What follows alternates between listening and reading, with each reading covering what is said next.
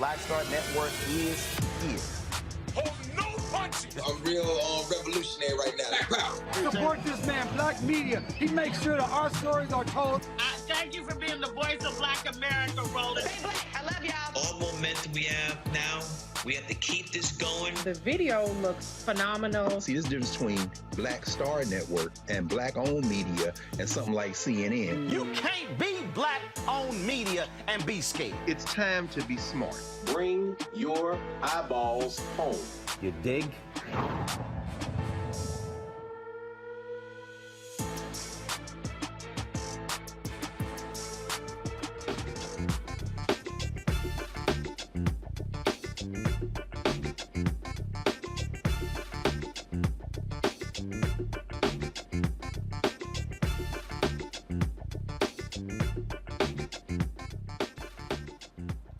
It's Thursday, May 4th, 2023. My name is Reese Colbert. I will be filling in today while Roland is on location at the 35th National Equal Justice Awards dinner in New York City. Roland will be joining us throughout the show. Here's what's coming up on Roland Martin Unfiltered, streaming live on the Black Star Network. We begin with a significant development out of Texas, where the GOP-controlled Senate has proposed a controversial new law allowing the state to overturn elections. This has sparked concerns about the future of democracy in the state, and we'll have all the details in this fast-moving story. Former Tallahassee Mayor Andrew Gillum has been acquitted of lying to the FBI. However, the jury has deadlocked on all other charges against him and co-defendant Sharon Lettman-Hicks. We will break down what this could mean for the former mayor. Tensions are rising in Florida, where 14 protesters were arrested outside Governor Ron DeSantis' office. The protesters were demonstrating against new conservative laws in the state, highlighting the growing divide between activists and the governor's administration. We will speak with the DreamDefenders about their fight to make Florida safe and fair for all. ProPublica's bombshell report alleging deeper financial ties between Supreme Court Justice Clarence Thomas and Republican donor Harlan Crow than previously known. This raises serious questions about the court's impartiality, and we'll have all the latest details. In New York, calls are growing for justice and accountability after the death of a black man who was placed in a chokehold by a fellow white subway passenger. The urgency for action is mounting, and we'll update you on the latest developments. Black Star Network has a brand new show joining the lineup. We'll tell you all about it and much more. It's time to bring the funk on Roland Martin Unfiltered, streaming live on the Black Star Network. Let's go. He's got it. Whatever the miss, he's on it. Whatever it is, he's got the scoop, the fact, the find. And when it breaks, he's right on time and it's rolling. Best believe he's knowing. Putting it down from sports to news to politics. With entertainment just for kicks, he's rolling. It's on go, y'all. It's Roland Martin, rolling with Roland now. He's funky, he's fresh, he's real, the best, you know he's Roland Martin now.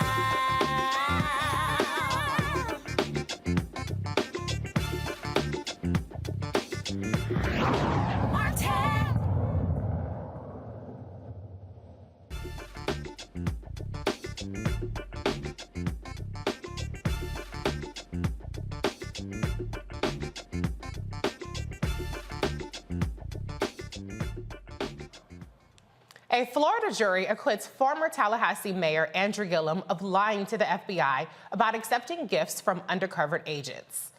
The jury deadlocked on the more severe charges of conspiracy and wire fraud against Gillum and his co-defendant Sharon Lettman-Hicks, related to the misuse of campaign funds. The 12-person jury could not reach a verdict on 1 count of conspiracy and 17 counts of wire fraud against both defendants. U.S. District Judge Alan Windsor declared a mistrial on the counts that ended with no verdict reached. Assistant U.S. Attorney Gary Milligan II said the government would retry Gillum and Lettman-Hicks on the conspiracy and wire fraud charges. I want to bring in our panel for this evening. We are joined by the wonderful Lauren Victoria Burke of Black Press USA, the esteemed Dr. Nola Haynes, PhD, Georgetown University School of Foreign Service, and Dr. Cleo Mango, social architect and chief advisor of the Black Men's Exchange. Welcome, everyone, to tonight's show. I want to start off with you, Dr. I'm sorry, did I say your name right? Manago? That time you were right, yes. Okay. I'm sorry. It's our first time together, so bear with me. Please correct me. I want to start off with you and your reaction to the mixed messages, mixed verdict, but overall probably a win more than anything for Andrew Gillum. What's your reaction? Oh, my reaction is relief. As far as I'm concerned, it was a witch hunt. It was petty anyway. And it's been more revenge politics, getting back at the man for having such a strong presence when he ran for the governor of Florida. And they've been after him ever since because he had the nerves to almost win and potentially turn on its head the white supremacist control of that state, which has been the case for many, many years. And I think they want to teach him a lesson, and they wanted to embarrass him, humiliate him, and destroy him to the nth degree. And I'm relieved that him and my friend Sharon Lettman-Hicks has been found basically exonerated for this situation. I expect the whole thing to go away at some point because it was petty in the first place. So I feel good about it, and I am relieved.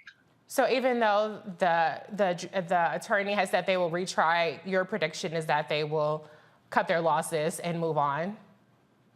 Well, they're desperate. I don't know what they're going to do. Yeah. I am just relieved that it turned out the way it did at this point. But they're desperate. They like to make a point. They like to make statements. They like to make people fearful of stepping up, as Gillum did. And I don't know what they're going to do. I would imagine, given how cutthroat they are, they're going to attempt to make this happen again. But I don't think they're going to be successful. Right.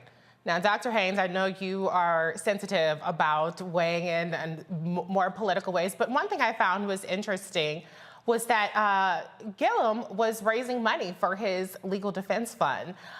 You know, it's interesting that he had so much trouble kind of raising money, where we've seen other kind of white-collar crimes and people of that nature who are up for similar charges not have any problems. Do you think, in terms of kind of the challenges that he had with raising funds, bear it at all in the kind of justice he was able to get here today?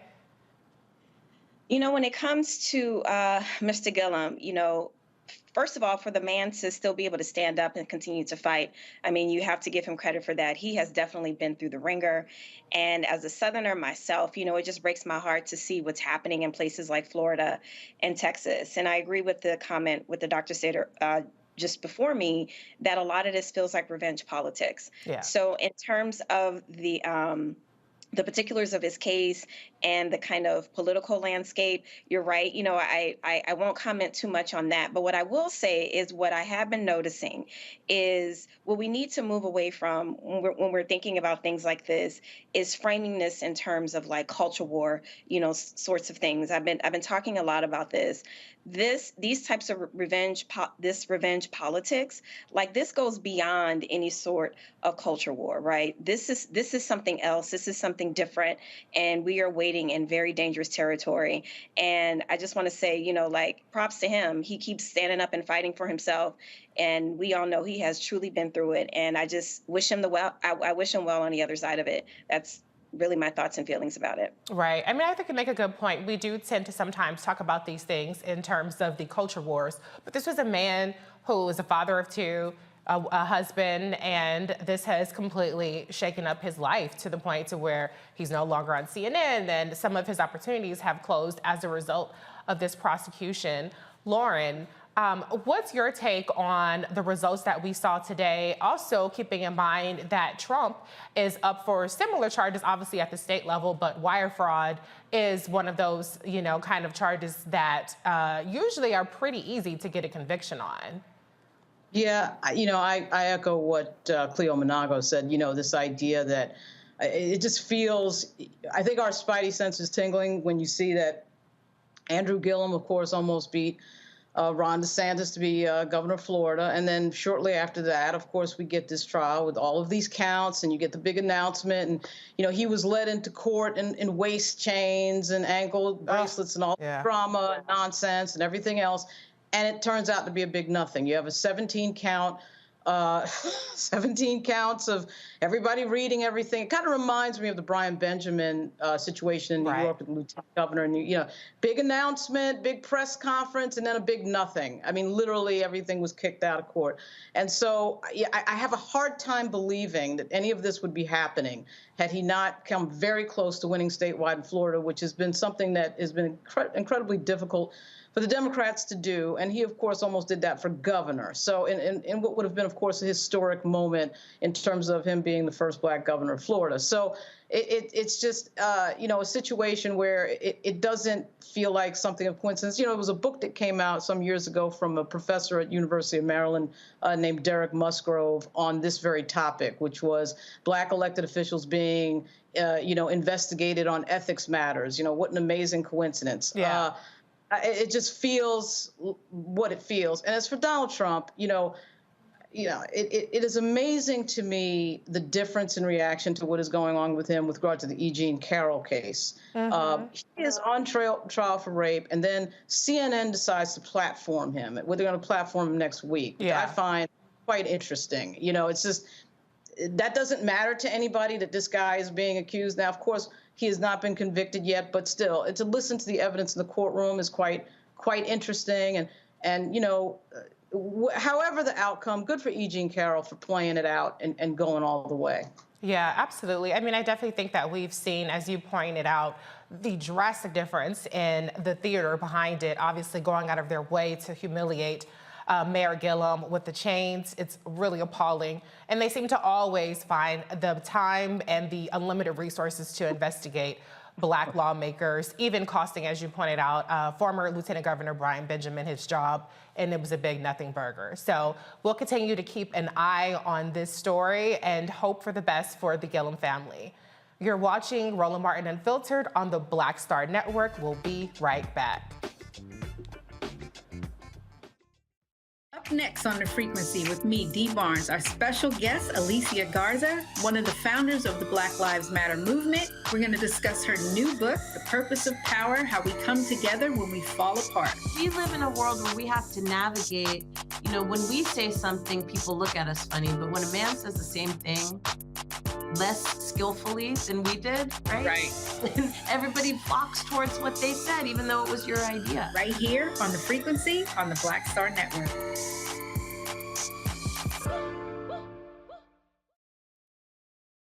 Kevin Hart telling me that.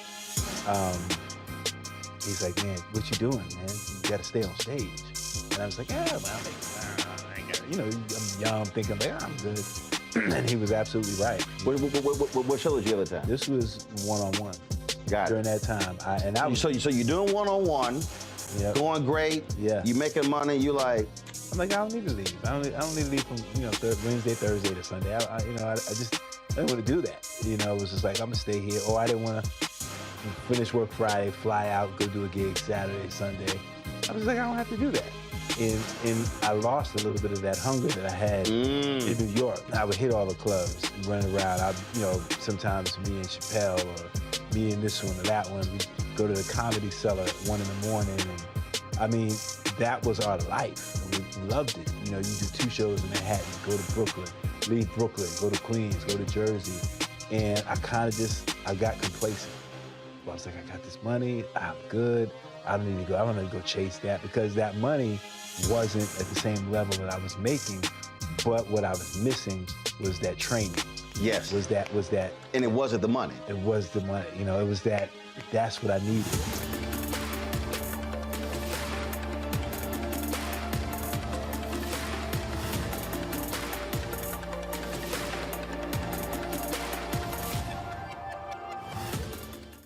Black TV does matter, dang it. Hey, what's up, y'all? It's your boy, Jacob Lattimore, and you're now watching Roland Martin right now.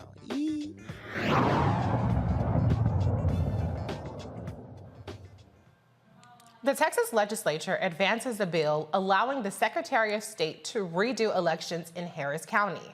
Harris County is where several Democratic candidates posted strong midterm results and have been plagued by GOP claims of election mismanagement. The Republican-controlled Senate passed the bill Tuesday. It's now going before the House. If enacted, it would allow the Secretary of State to toss out election results in the state's largest county and call a new vote if there is a quote-unquote good cause. To believe that at least 2% of polling places ran out of usable ballots during voting hours. Joining me now is Texas State Representative Jarvis Johnson. Representative Johnson, thank you so much for being here today. My pleasure. Thank you for having me. Can you just talk a little bit about how this bill is laser targeting Harris County and only Harris County, as opposed to being something about election integrity across the entire state? Well, we've watched the entire session, even last session when Republicans passed bills that are targeted and aimed at Democratic cities and Democratic counties.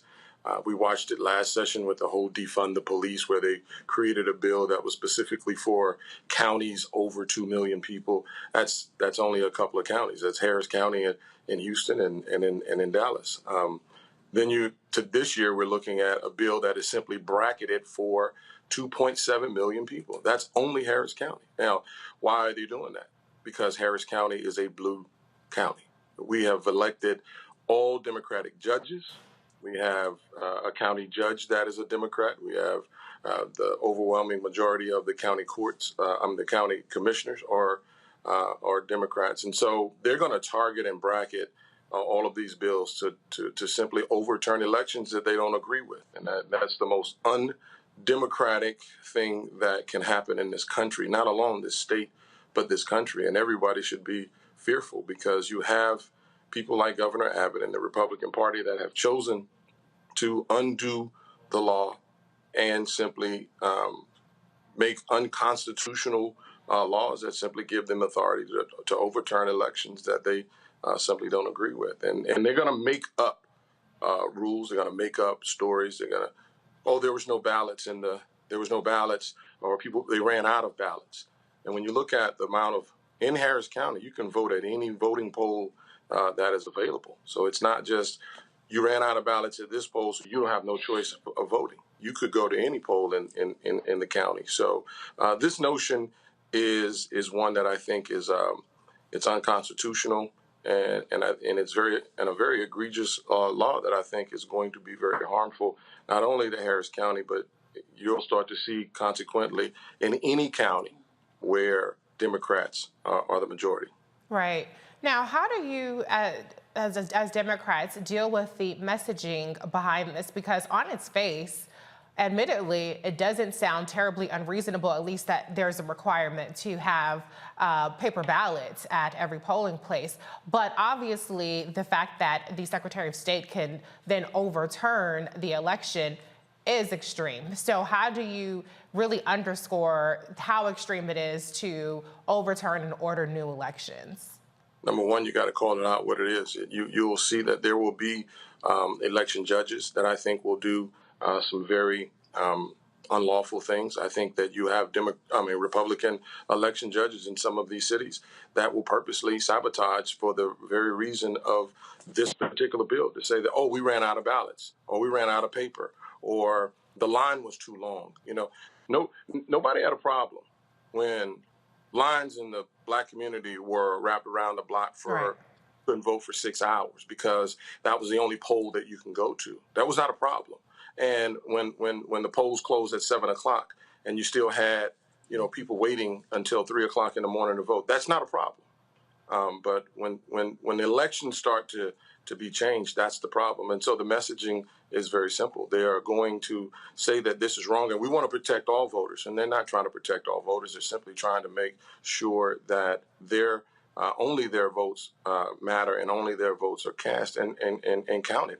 That's why they have put forth so many bills that incriminates, prosecutes, and the fear of jail time for people who simply make a mistake. There's a bill that was put forth that it creates a felony if someone votes wrong, a felony for a mistake. Mm-hmm. And so that in itself is what I think we're having. And so you're going to find a lot of people that, look, I want to vote, but I don't want to get in trouble. And so the ambiguity, that type of, and that threat is what I think put fear in people's hearts. And I think that's the mission of the Republican Party. And so the messaging is we have to fight back against that. And we have to clearly make sure that people understand that we're not going to just sit by and allow these type of bills to be put forward, because they are very, very targeted. And this is a targeted campaign that they have to overturn elections. This is not a democratic process. This is not an American process. This is done so by what is now becoming the king of Texas, and what we have a government, and making these decisions to say, if it doesn't work for me, then I'm going to change it. And I don't need anybody to stop me. And right now, we're almost there. And unfortunately, his own party is allowing him to do these things without any consequence, because they simply think that nobody outside of Harris County should vote for this, because the bill says 2.7. So why should somebody in rural Texas vote on this bill because it's only bracketed for Harris County. So, but when we're here in Texas and we're in this country, we vote and we make laws that apply to everybody. Everyone should. This is a law that goes across the board. So to the governor and to all those Republicans that want to bracket this, let's make sure it's for everybody. Let's make sure that this rule accounts for the small towns that ran out of paper ballots. Let's account for the any of these areas because it happens over and over and over again. The number of ballots that were not cast or they didn't have paper was for 40 people out of 1.1 million. And they made this big deal. Oh my God, we couldn't vote. Could you have gone down the street? Could you have gone to the next polling place, which is only, a couple of blocks away? Absolutely. I've done it myself. Lines have been long. I've gone around the corner. You can still count the ballot. So I push all the time. All bills and all laws should be equal and across the board. But I will say this. When we make laws in this state, I always say laws apply to everybody, but they're only applicable to some. And we know who this bill is targeting. They've lost the judges. They've elected 16 black women judges in Harris County. And that has blown people's minds, and they're going, we can't let that happen again. And so we're going to overturn it because something had to happen as to why these Democrats are winning. So they're trying to take away our ability to elect democratically elected leaders.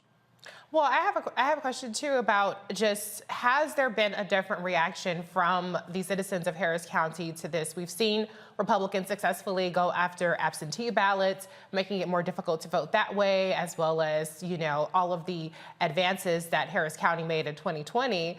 There's still time, I would think, to kind of get people really galvanized around this. Have you seen a different reaction to this specific bill than you have in other voter suppression bills that have been proposed? Well, I think but that's the issue. Harris County is absolutely 100% in opposition to this bill. We're opposed to this bill across the board. We're all opposed to this bill. But that's the point. They understand that they can't beat Harris County, so they need the rest of the state to overtake Harris County. So that's why they go get, Collin County. That's why they go get Tarrant County. That's why they go get all of these other, maybe Republican-led counties to say, hey, we need you to help us vote against Harris County. So we have 14 members from Harris County out of the 150. And yet you're going to go and get the other 100 and help me with my math, 126 people to make a decision for the 14. And I think that's the problem. They understand Harris County is against this. Leaving it up to us, we're not going to support you to come only audit us. We're not going to let you say, we're going to only audit you. Because it happened when we were talking about ballots, where they had a bill last session that simply said, hey, we're going to redo all Harris County elections. And I asked all of my Republican colleagues, do you believe that you won your election? Well, yeah, I won my election. So if you won your election, why do you think that Harris County didn't elect fairly? Well, it's all because Donald Trump lost. And so that was the whole, so this is where all this balloting thing comes from. And this is certainly what the problem continues to be when they want to try to overtake Harris County. But we're trying to stand tall and stand strong. But they're bringing all the resources from all over the state to make decisions simply for Harris County, which is un-American and certainly unjustifiable and unconstitutional. And I think that's a horrible precedent, and we're going to be, and if we allow something like this to happen, I think Republicans and Democrats have to start to look and understand that you have a governor that will pick and choose when and who he decides to go after, who he wants to be the next election. So these elections are not fair. They're not going to be, you're not going to be elected by the people. It certainly feels like an opening salvo to just flat out disregarding election results and hoping nobody notices. We do have enough time to maybe get one or two questions from the panel in. So, Lauren, I'll start with you. Do you have a question for Representative John? Yeah, Reese, it goes back to what you were asking. What is the messaging? How do you respond to this? You're effectively dealing with a Republican Party that, I think it's an open question about whether or not the Republican Party believes in democracy. And so how do you deal with that? Well, they're undemocratic mindset. They're trying to, they tell the lie enough and over again, they'll start to believe it. And they think that this is an American, this is certainly, we're trying to make sure things are fair and due process is followed. No, it's not. It's you're literally trying to overturn an election that was fair, transparent, and open. But the messaging for us on the Democratic side is we have to stand tall and stand strong. But we have to send a message that this is not going to be just Harris County. The people in this county are not going to go away, and certainly the mindsets will not go away. And what we're going to find is that you're going to have a minority of people running the majority of this state. And so we understand this is a power grab. This is all it is. The white Republican, my white Republican counterparts are simply saying, hey, we're losing our base. What can we do? Well, let's start snatching seats. Let's start telling everybody that everybody else is cheating except for us. We're the only ones not cheating. So, but we're not going to look. And I think it goes back to the story you just said about the candidate from Florida. We're only going to look at Democratic counties. We're only going to look at black districts because why? We're not going to look at our own. We're not going to look to see where the cheating was on our side. We're only going to look at you. And that's certainly what they're trying to do, the messaging. So people have to understand it's not if, it's when they're going to come after you next. And so, but we're standing tall and strong. And I have to even tell my colleagues that are Republicans in Harris County that you have a body of people that elected you, duly elected you. And if you're saying that there has been a problem with the election, then you're saying that you were not elected fairly. And so I'm going to ask, and I certainly will put up an amendment that asks that anybody who votes for this will have to resign their seat because they're saying themselves that they were not duly elected, that something, something happened or there was some illegality, something that was illegal that allowed them to win. So if they vote for this bill, then they understand that they are complicit and they're saying to the rest of us that they cheated to get here. Well, Representative Johnson, thank you so much. Keep up the good fight and keep us posted on how this story unfolds in Texas. Thank you so much. Thank you. You guys keep up the good work, keeping everybody informed and educated. Thank you. We'll be right back with more Roland Martin Unfiltered, streaming live on the Black Star Network. Hatred on the streets, a horrific scene, a white nationalist rally that descended into deadly violence. White people are losing their damn minds.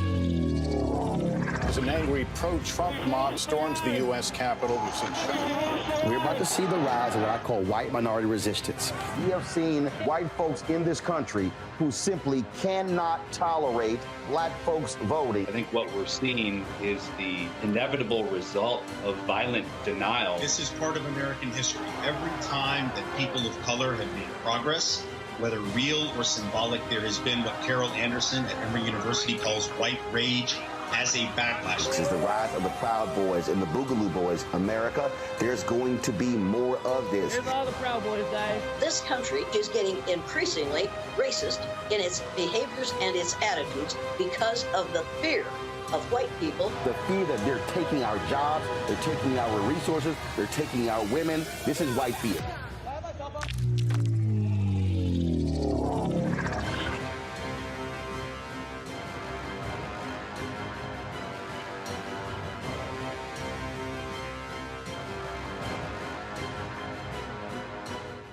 Black Star Network is here. Oh, no punch! I'm real revolutionary right now. Thank you for being the voice of Black America. All momentum we have now, we have to keep this going. The video looks phenomenal. See, this difference between Black Star Network and black-owned media and something like CNN. You can't be black-owned media and be scared. It's time to be smart. Bring your eyeballs home. You dig? Hi, Hi, this is Essence Atkins. Hey, I'm Deion Cole from Blackish. Hey everybody, this is your man Fred Hammond, and you're watching Roland Martin, my man, Unfiltered.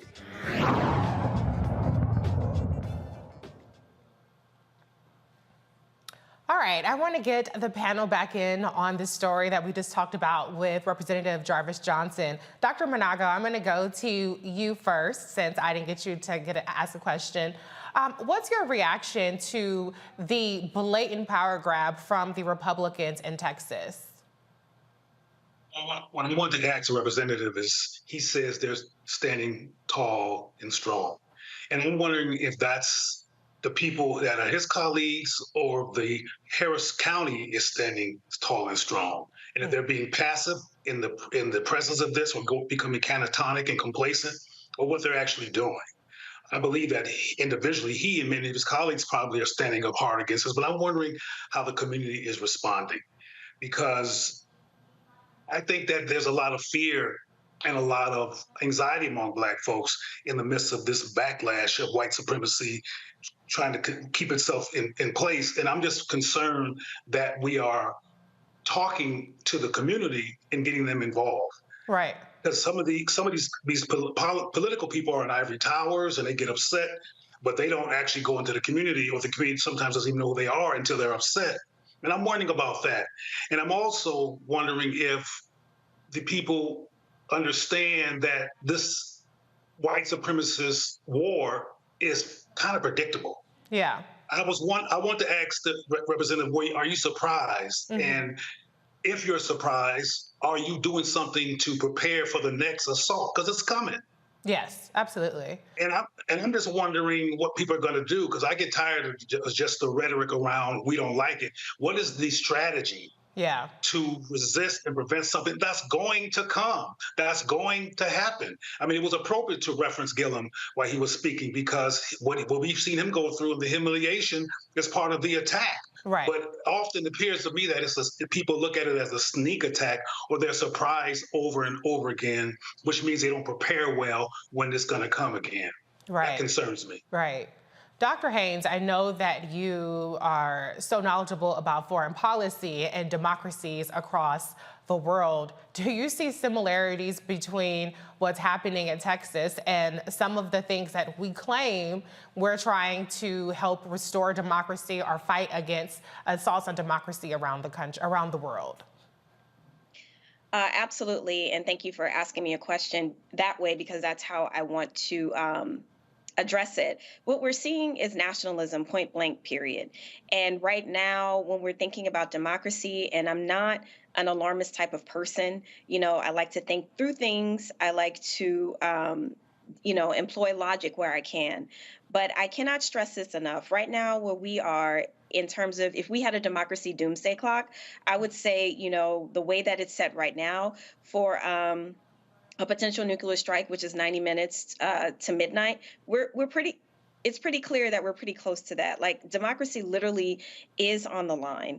And usually what happens is, when you can, things to look out for when democracies are teetering on the edge are things like when laws are manipulated to suit one particular group, right? When laws are being manipulated and other people are being punished through the law. So the manipulation of law and policy, something that means the world to me, is one of the largest growing threats in this country. And it's annexed to nationalism. The types of bias-led policies that we're seeing is rooted in a white supremacist ideal that how dare the uppity Negro, tries to advance in any sort of way. And if you do, you will be punished and humiliated like Gillum. I mean, and we're seeing evidence of this time and time again.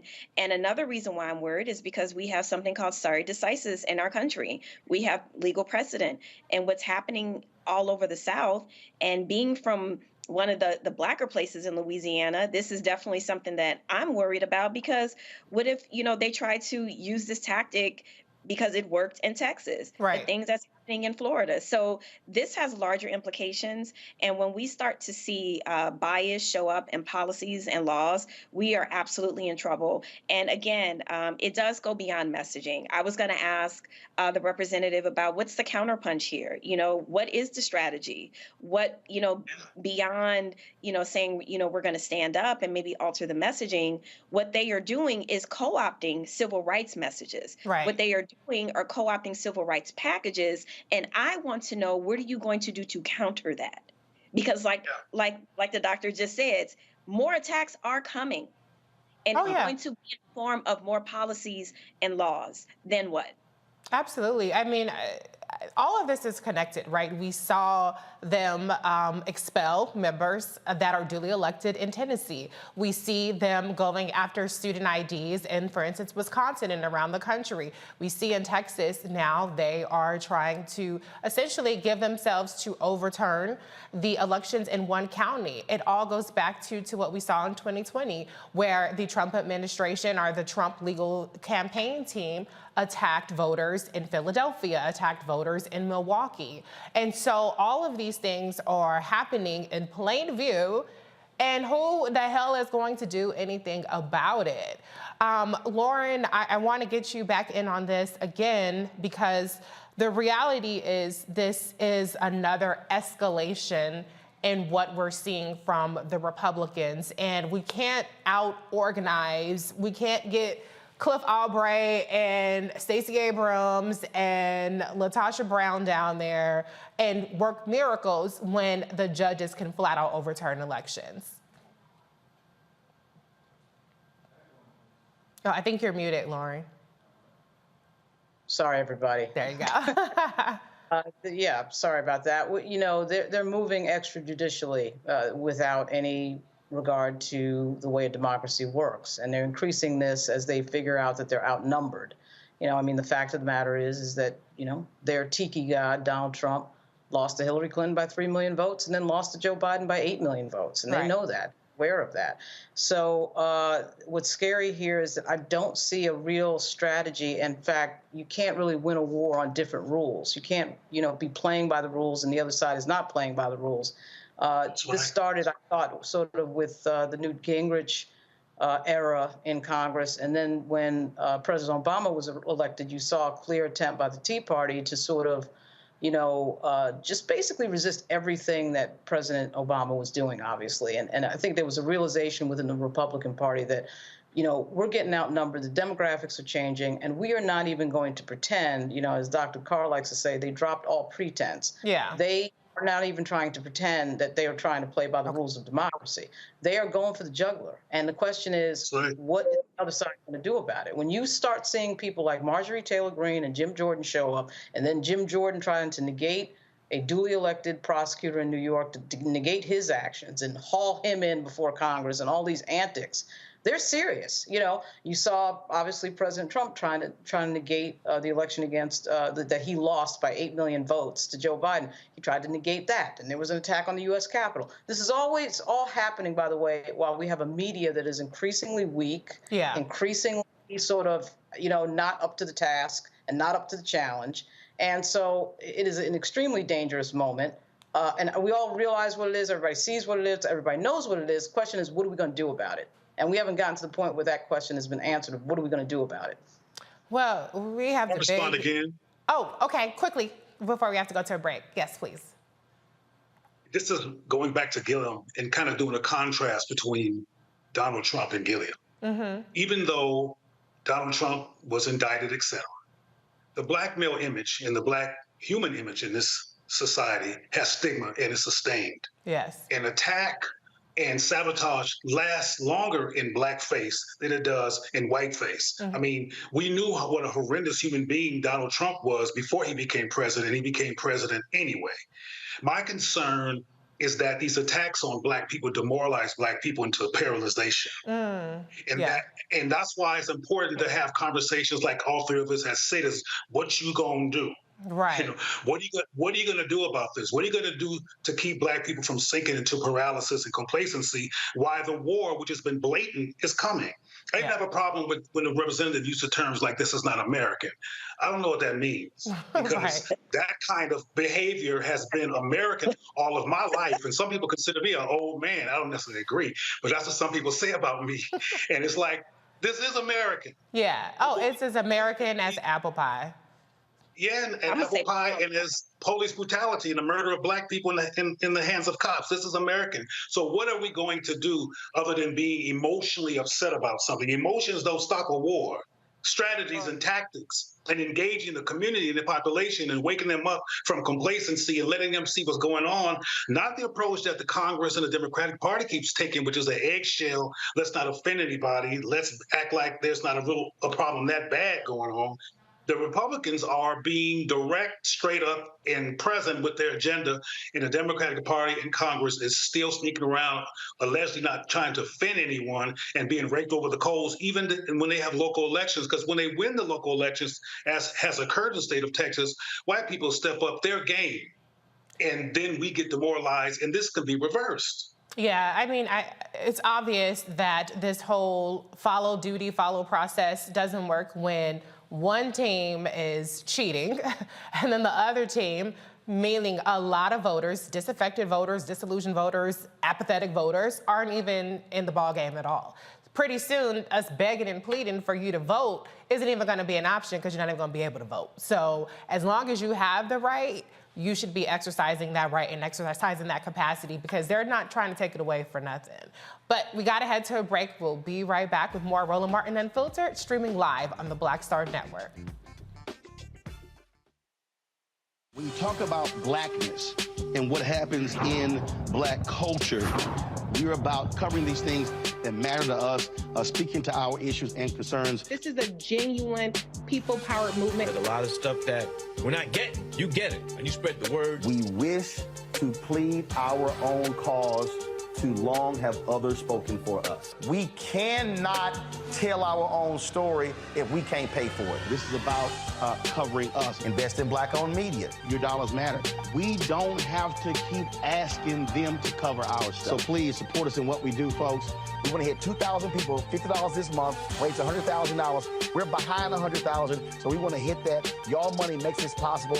Checks and money orders go to P.O. Box 57196, Washington, D.C. 20037-0196. The Cash App is $RM Unfiltered. PayPal is R Martin Unfiltered.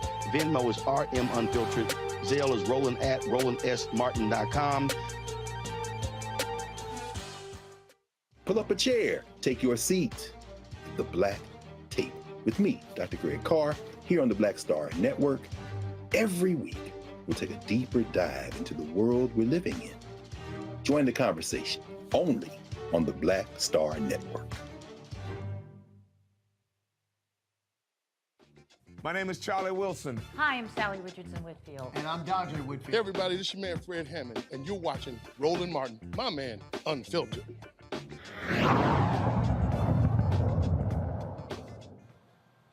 In Florida, 14 DreamDefenders and allied organization members were taken away in handcuffs for refusing to leave the governor's office. The DreamDefenders sit-in was part of a national protest called Freedom to Learn. The protesters wanted to shed light on many issues facing Floridians and called for a meeting with DeSantis to share the legislative session's impact on communities. Joining me now are two of the organizers of the protest, Ashley Green and Malik Reddy. Welcome to Roland Martin Unfiltered. Hi, thank you all so much for having us. And Malik, it looks like you are graduation ready. Congratulations. What are you, before we get into the story, what are you graduating with? What's your degree in? My Associate of Arts in Political Science. That's awesome. All right. So talk a little bit, I'll let you start off, about exactly what this protest was and what you were trying to bring attention to for Malik. Yeah, I think we were, and we had some goals, and those goals were to bring attention to the fascist governor that we have in the state of Florida with the bad bills like abortion bills, education bills, and the immigration bill that was just passed. And we did that part of our Can't Ban Us campaign. And so we have to continue to show that Florida is the place that he's going to use to try to puppet some things through. And we got to make sure that we stop him now so that he does not get in the White House And this is just the beginning. There's more to come from us in the Dream Defenders. Ashley, I know that the word or the phrase Dream Defenders has a very specific meaning. Can you talk about what that means for the audience? Yes, we came into existence after the murder of Trayvon Martin, obviously, and I think we're a part of a renewed arc fighting for justice across this country that was really being informed by a lot of civil rights elders and a lot of Black Power elders, and so really embodied sort of that spirit in the name Dream Defenders. But over the years, I think it became really a lot more critical just to think about what is the dream worth defending for our youth and our communities, and making sure that there is a dream for ourselves, for our peers, and for the people who are now, 10 years later, a generation under us who are still fighting for freedom and still fighting for justice in their neighborhoods and in their communities. And so for us, Dream Defenders is really a rallying cry that, like, not only are we fighting for a dream, but that we deserve to have a dream to fight for in the first place. Absolutely. And we see Ron DeSantis getting legislative win after win after win. Your organization, the kinds of protests that you all are responsible for organizing, are going to be critically important in highlighting the fascist that he is when he inevitably launches his national campaign. Do you have any reaction to the ways that the legislature right now is moving to make it easier for Ron DeSantis to run for president and maintain his position as governor of Florida? I mean, it's a classic story in Florida that they change the rules in order to fit them and benefit them. Ron DeSantis is no different than a Rick Scott, than a Jeb Bush, who has been consistently focused on gaining more and more power and rigging the game in their favor. I think someone previously said you can't win a war when the rules are played, when there are a different set of rules.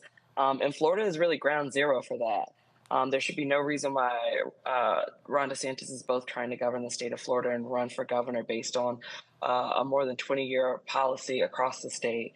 And yet he changed the rules so he could do it. And when you look at the two Black district seats that we lost last year, it's through gerrymandering that was specifically to make sure that Black people were denied a voice in Congress, even though the state of Florida gained 2 more congressional seats through the census process. Mm-hmm. And so this is just a continued arc of rigging the game against Black citizens in Florida, but really rigging the game for their pursuit of petty political power. And it's unacceptable, and we're going to keep fighting back against it. Yeah, Malik Ashley talked about how Florida is kind of like ground zero for so many things that are happening. It's hard to keep up with it all because DeSantis is on a roll. What's something other than, like, for instance, the attention-grabbing Reedy Creek battle that's going on? What's something that really is flying under the radar in Florida that people should be paying attention to that you all are trying to shed light on?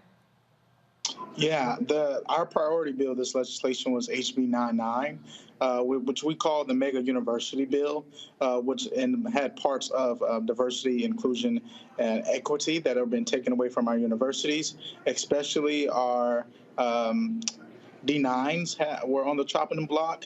They are getting gender studies in the schools that offer it, and they're also reducing the budget that was given to these programs in our DEI.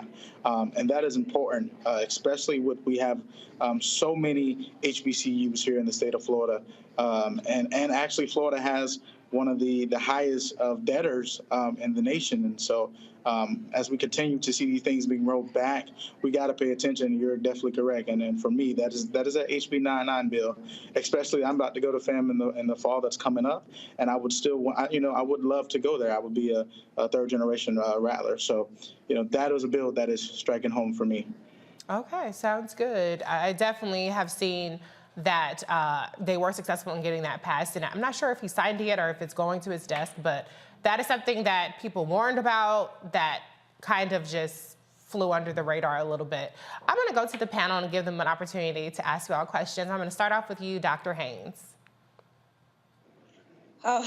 Thank you both for the work that you're doing. I have so many questions. As a political scientist, congratulations, Malik. I am incredibly proud of you. I hope you stick with it. There are rewards down the way.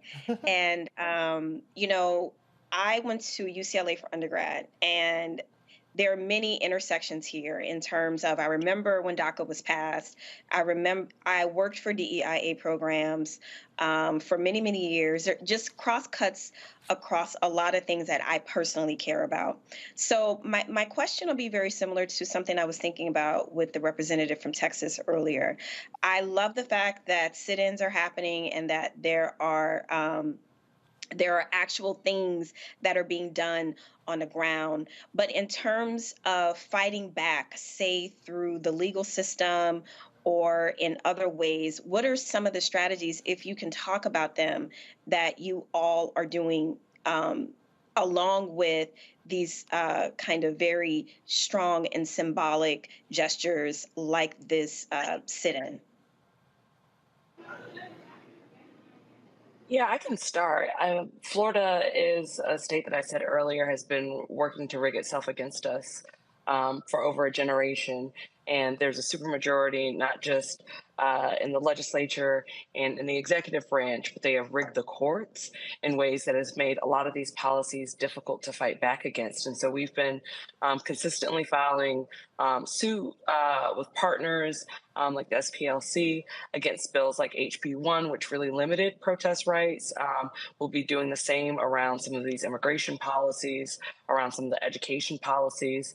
But the way that Florida has been set up over this last generation has made it difficult to know what avenues and routes we have beyond taking civil disobedience and direct action in order to fight for, justice in our communities. Even when we get things done at the community level, the state regularly preempts local policies and makes those policies inadmissible or impossible to implement. So when we get wage theft ordinances passed, when we get minimum wage policies passed, when we get protective policies passed, the state will come in and actually limit the ability of a municipality to do that.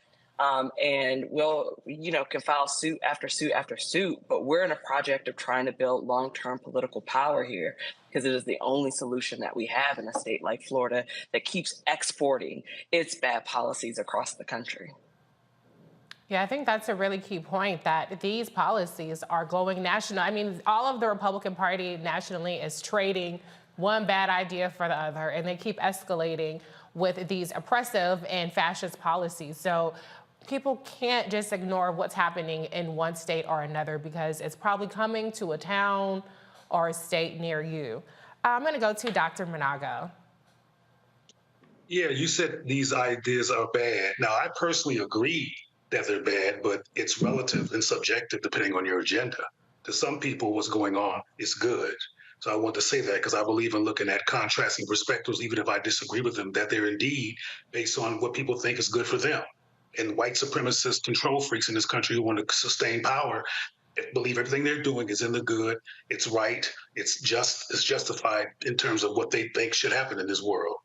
But I have two questions. One is, earlier it was referenced that Florida was ground zero for so many basically problematic things. I was wondering if Biden's cabinet or Biden has addressed Florida and all that it's dealing with to kind of use his position to throw a wrench in the injustice norms that are occurring there. That's one question. The second question is, and it's similar to what I asked the representative earlier, is the community involved as a collective against resisting this white supremacist scorched earth approach to power in Florida?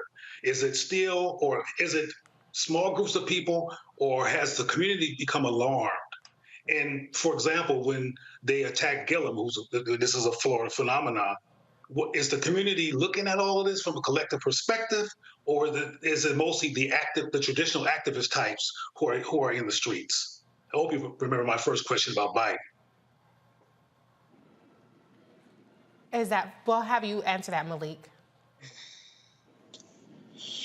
I feel like we do a good job of not just having the activists in the street. That's why we're here, right? We're trying to build that door power and people power, and that is getting the folks that aren't necessarily educated about the things that's going on, And I know I haven't got to your first question. I'm going to actually give that question to AG. But I do think that we are doing a great job of trying to get those that are not necessarily knowing what is going on. It's actually funny you said, that should be the governor of the state right now, Andrew Gillum, and he just got a non-guilty verdict today. So right now we have to take that information to the streets. And so I think we do a good job of that in Dream Defenders. That is our ultimate goal. And I'll toss it over to AG. Yeah, obviously, we are first and foremost invested in building power amongst people and community, not amongst other activists or people in echo chamber. I will say that the right, again, has had a generational agenda of building political power of their own. And so when we talk about these voucher programs and dismantling of public education, when we're talking about these immigration policies, people have been told to turn against one another and turn against a collective interest. And so we have to do that education work in community. I think in terms of Biden, whether or not he has been proactive enough as a president in Florida, I think is definitely up for debate. We have seen different parts of the administration be supportive and fighting back and offering support around combating some of these policies. But we definitely think that the federal government has a larger responsibility to intervene in what's really some unconstitutional policies that are being forwarded. And I think the way that this legislature has been so aggressive in just rubber stamping any outrageous policy that the DeSantis sort of administration is forwarding has definitely given a lot of space, I think, to see DOJ intervention. And so we're hoping that we actually can see, more aggressive action taken by the Biden administration as these policies start to take effect. Right, and of course I have to just add that Vice President Kamala Harris was in Florida within a month or so ago, taking it to DeSantis on the specific issue of reproductive rights. Lauren, you get the last question for this segment. I'm wondering from the two of you, have you seen any improvement with the Florida party since, of course, they lost big, as I'm sure you know, last November? Do you see any improvement in the local wing of the party, or is it just starting to rebuild? How's that going? I'm going to be honest with you. The state of Florida is 6 different states, and so Malik might have a different answer than I do. I think in Central Florida, where I'm at, the party is in a real rebuilding process. I'm sort of in the I-4 corridor part of the state. I think when we're talking about South Florida and just sort of the collapse, especially amongst Latino voters on behalf of the party, there's a long project ahead. And I think when you're looking at North Florida, Malik can speak to that more, but probably are a little bit more developed in terms of building and rebuilding a strategy to win. Obviously, we just had redistricting happen last year, and so the math has been reset, and the pathway to power looks a lot different, but it's going to be a long road and one that we're committed to really being focused on over the next decade. Thanks.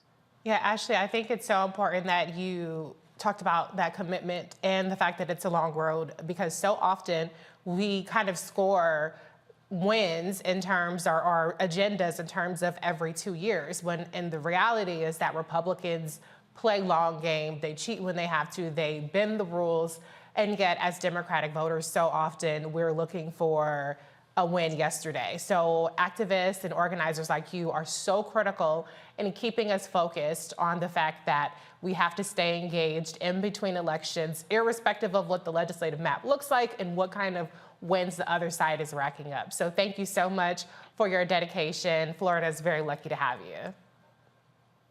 Thank you all so much for having us. And beyond the party, we know we still have to be in a project of building political power by any means necessary. Absolutely. It's not just about Democratic or Republican. It's about Black political power in particular.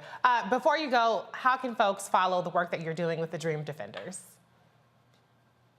DreamDefenders.org is our website. At Dream Defenders is where you can find us on Twitter, same on Instagram. We're across multiple social media platforms. We're on TikTok. And so type DreamDefenders into your search engine and it's going to pull up ways to get involved. But that primary website is dreamdefenders.org. And we are ready not just to take on the fight in the state of Florida, but actually expanding nationally. And so coming to a city near you very soon. All right. Thank you so much, Ashley. We'll be right back with more Roland Martin Unfiltered, streaming live on the Black Star Network. On the next Get Wealthy with me, Deborah Owens, America's Wealth Coach, nurses are the backbone of the healthcare industry, and yet only 7% of them are Black. What's the reason for that low number? Well, a lack of opportunities and growth in their profession. Joining us on the next Get Wealthy is Needy Bartonelli. She's going to be sharing exactly what nurses need to do and what approach they need to take ownership of their success. So the Black Nurse Collaborative really spawned from a place and a desire to create opportunities to uplift each other, those of us in the profession, to also look and reach back and create pipelines and opportunities for other nurses like us. That's right here on Get Wealthy, only on Black Star Network. On a next, A Balanced Life with me, Dr. Jackie. What does it mean to actually have balance in your life? Why is it important and how do you get there? A masterclass on the art of balance. It could change your life. Find the harmony of your life. And so what beat can you maintain at a good pace? What cadence can keep you running that marathon? Because we know we're going to have, high levels, we're going to have low levels, but where can you find that flow, that harmonious pace? That's all next on A Balanced Life on Black Star Network. Hello, everyone. It's Kiara Sheard. Hey, I'm Taj. I'm Coco. And I'm Lily. And we're SWV. What's up, y'all? It's Ryan Destiny, and you're watching Roland Martin Unfiltered.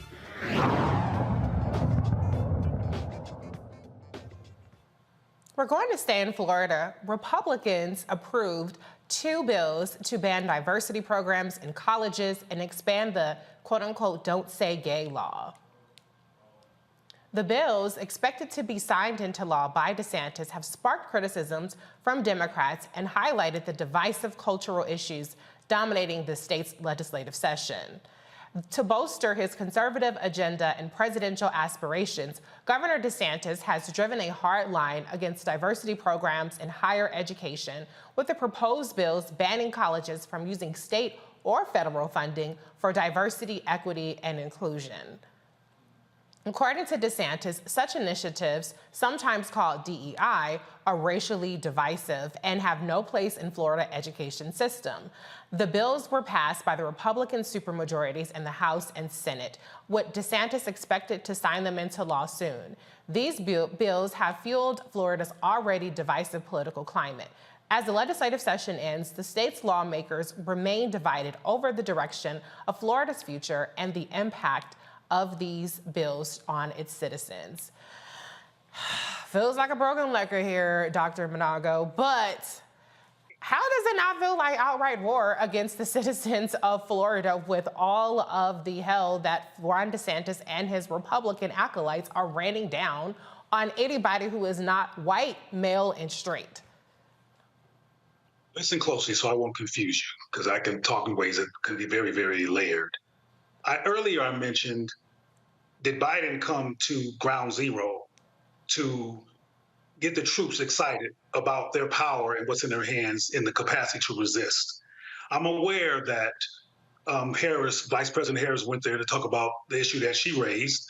But for example, even despite the indictments, Trump is the leading Republican candidate because he uses his image because it's iconic and it can influence. Well, Biden is the poster child, the leader of the Democratic Party.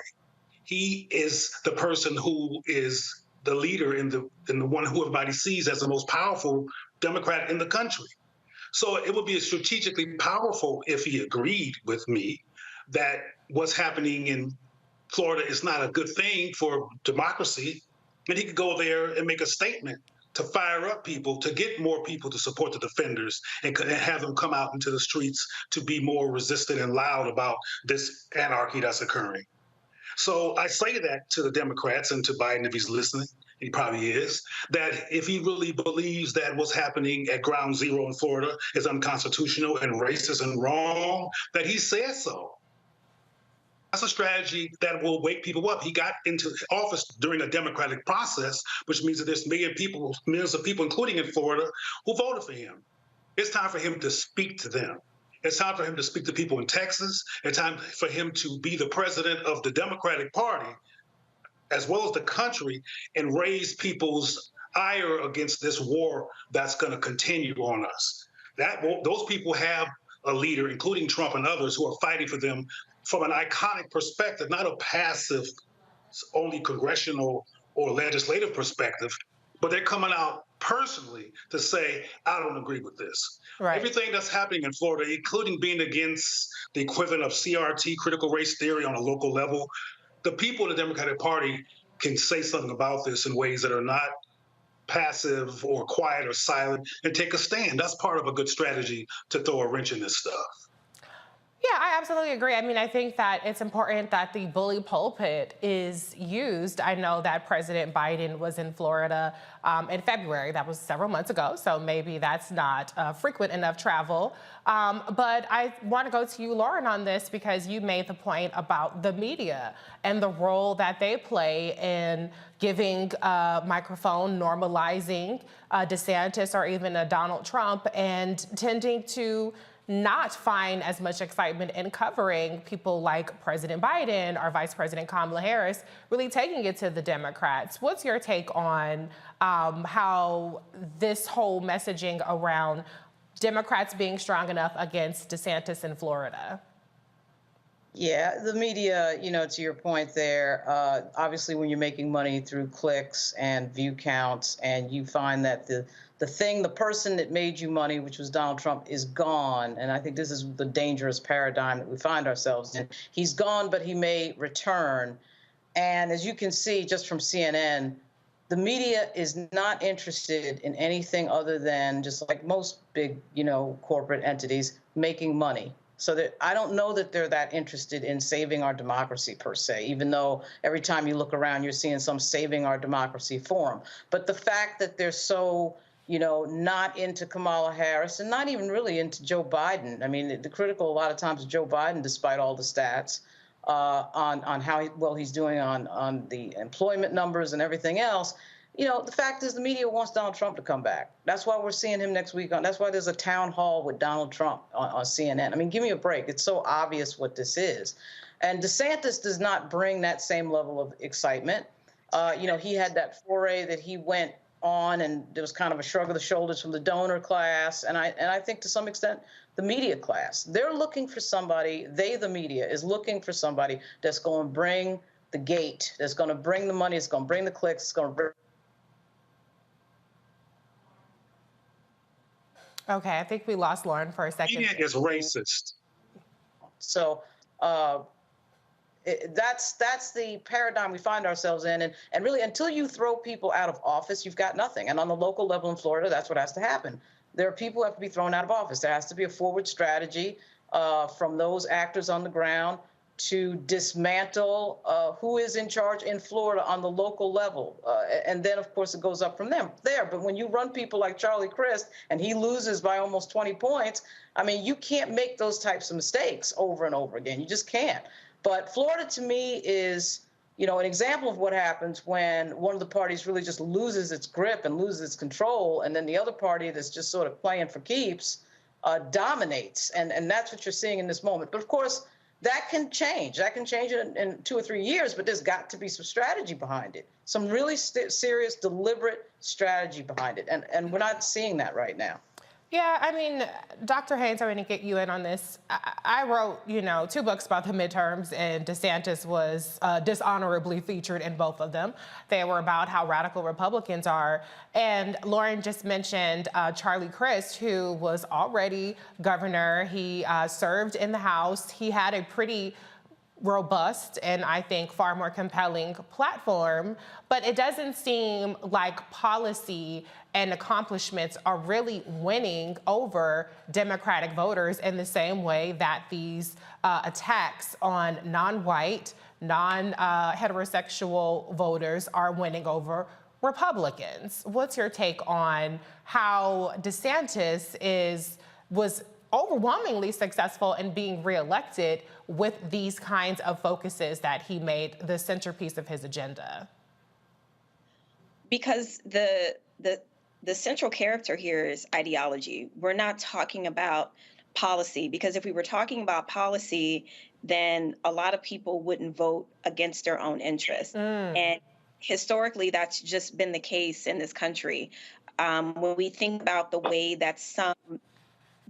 Hello? We can hear you. Go ahead. Okay. When you think about the way that some demographics of women vote, they absolutely vote against their own interests time after time after time. So we're voting for ideology, you know, in this instance. And this ideology is wrapped in a mantra. It's wrapped in an idea. It's wrapped in this concept that they're coming for you. They want to take everything away from you. They want to disempower men. They want to turn all the little boys and the little girls into LGBTQIA. So all of the fear tactics around this mythical identity that they are clinging onto, that they have created, is driving this. It has absolutely nothing to do with policy.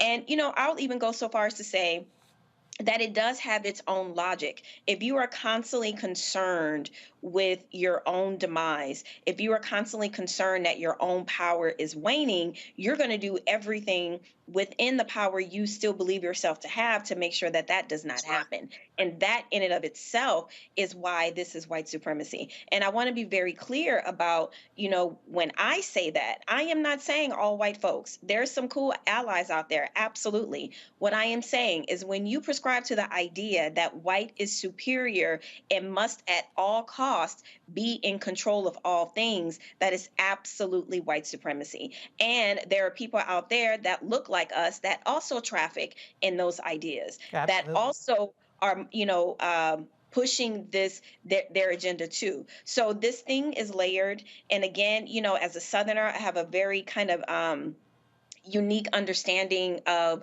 people who think this way.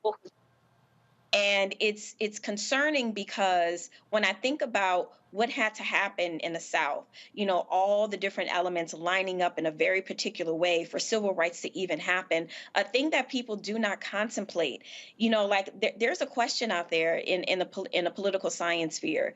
What would have happened if JFK would have gotten assassinated? Would the civil rights package have passed if LBJ was not in office? Right. It's a hard question to contemplate because that was such an ugly moment in our history. But so many things had to align perfectly for that to happen. And so when we're looking at the moving backwards, the descend, the descending nature of all of this, what things need to align perfectly for this country to get back on track, if we were ever on track in the first place. Yeah. But the direction that we're heading in right now, it's nothing good. And I am worried. I am absolutely worried.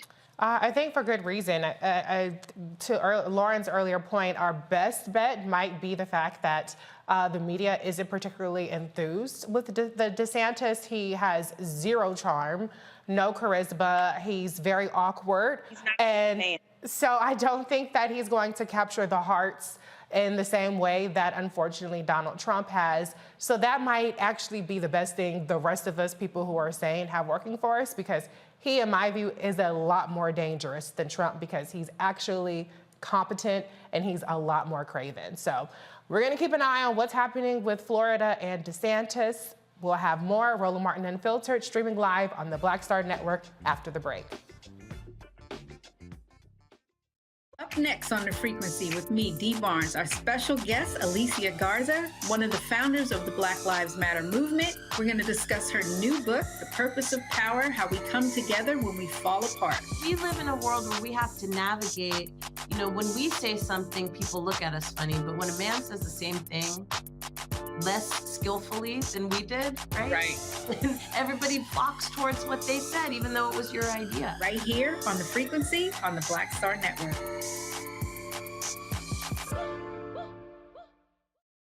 On the next Get Wealthy with me, Deborah Owens, America's Wealth Coach, nurses are the backbone of the healthcare industry, and yet only 7% of them are Black.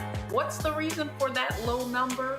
Well, a lack of opportunities and growth in their profession. Joining us on the next Get Wealthy is Needy Barnanilli. She's going to be sharing exactly what nurses need to do and what approach they need to take ownership of their success. So the Black Nurse Collaborative really spawned from a place and a desire to create opportunities to uplift each other, those of us in the profession, to also look and reach back and create pipelines and opportunities for other nurses like us. That's right here on Get Wealthy, only on Black Star Network. Hey everybody, it's your man Fred Hammond. Hi, my name is Brescia Webb, and you're watching Roland Martin Unfiltered. And, well, I like a nice filter usually, but we can be unfiltered. A new report by ProPublica alleges Supreme Court Justice Clarence Thomas has deeper financial ties with Republican donor Harlan Crow than previously known. According to the report, Crow paid for the private school tuition of Thomas's grandnephew, Mark Martin, who Thomas claimed was his son. The report claims that in 2009, Crow paid $6,200 monthly tuition for Martin's attendance at Hidden Lake Academy, citing a bank statement and an interview with a former administrator at the school. Crow's office has denied any wrongdoing, stating that the donations were made solely from personal funds and were meant to support at-risk youth through schooling. The report has been seized upon by Democrats pushing for greater oversight and a formal code of conduct for the Supreme Court. However, any legislative efforts to implement such a code will likely face opposition from Republicans who defended Thomas during a recent judiciary hearing. The justices have also resisted proposals for independent oversight and mandatory compliance with ethics rules, instead pledging voluntary adherence to a general code of conduct. All right, y'all.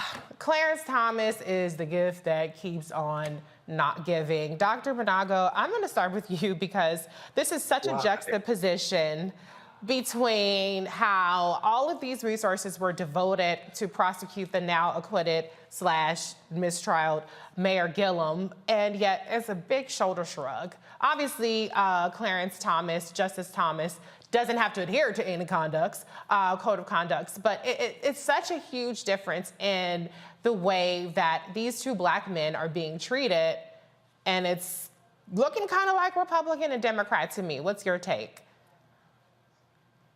My take is that this redundant, systematic perspective and activity is boring. That's my perspective. They doing what they do.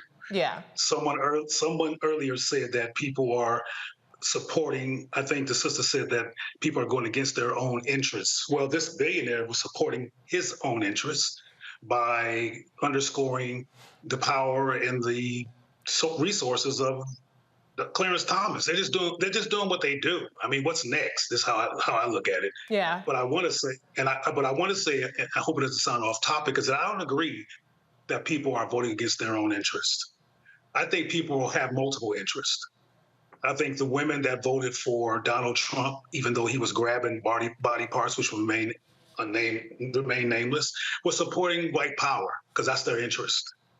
I don't fully agree with Burke when she mentioned that CNN is just chasing dollars. I think that's true, but CNN is chasing dollars and also keeping white power in place and making decisions, including bringing on Barkley and these other people that they now have as their token Black people, to perpetuate a certain white supremacist or a certain apologetic for white supremacist narrative. And it all goes back to different ways of keeping white folks in power, and that's what this billionaire was doing when they supported Clarence Thomas. This issue is going to go away, and we're going to be talking about something else because nothing's going to happen to Clarence Thomas.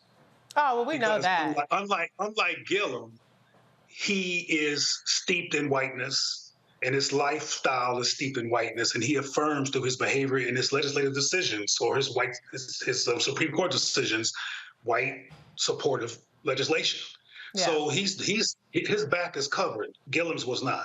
Right. Lauren, Dr. Monago called out his disagreement with your statement. Do you want to respond to that?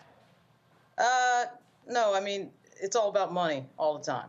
All about money all the time. You know, you saw it the first time Trump showed up. I mean, there's really nothing to see here. It's obvious that what the media does has to do with dollars. That's why I was really surprised actually to see Fox let Tucker Carlson walk out the door, because he was bringing money. And so that was a surprising moment. It couldn't have been because of what they've cited, but the point is, just an example that it's not just about money. That's an example that it's not just about money. I mean, I agree with what you're saying, Lauren, that money is in there, but the narrative and the deduction of white people needing to be in power is there too.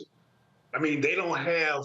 I mean, you know, Roland used to be on the show, and why they got rid of Roland? Come on now, they want whiteness to be the blanket of consciousness for the United States of America too, at the Caucasian News Network, at CNN. But I mean, to be fair, and I'll let Lauren jump back in because you guys are talking back and forth.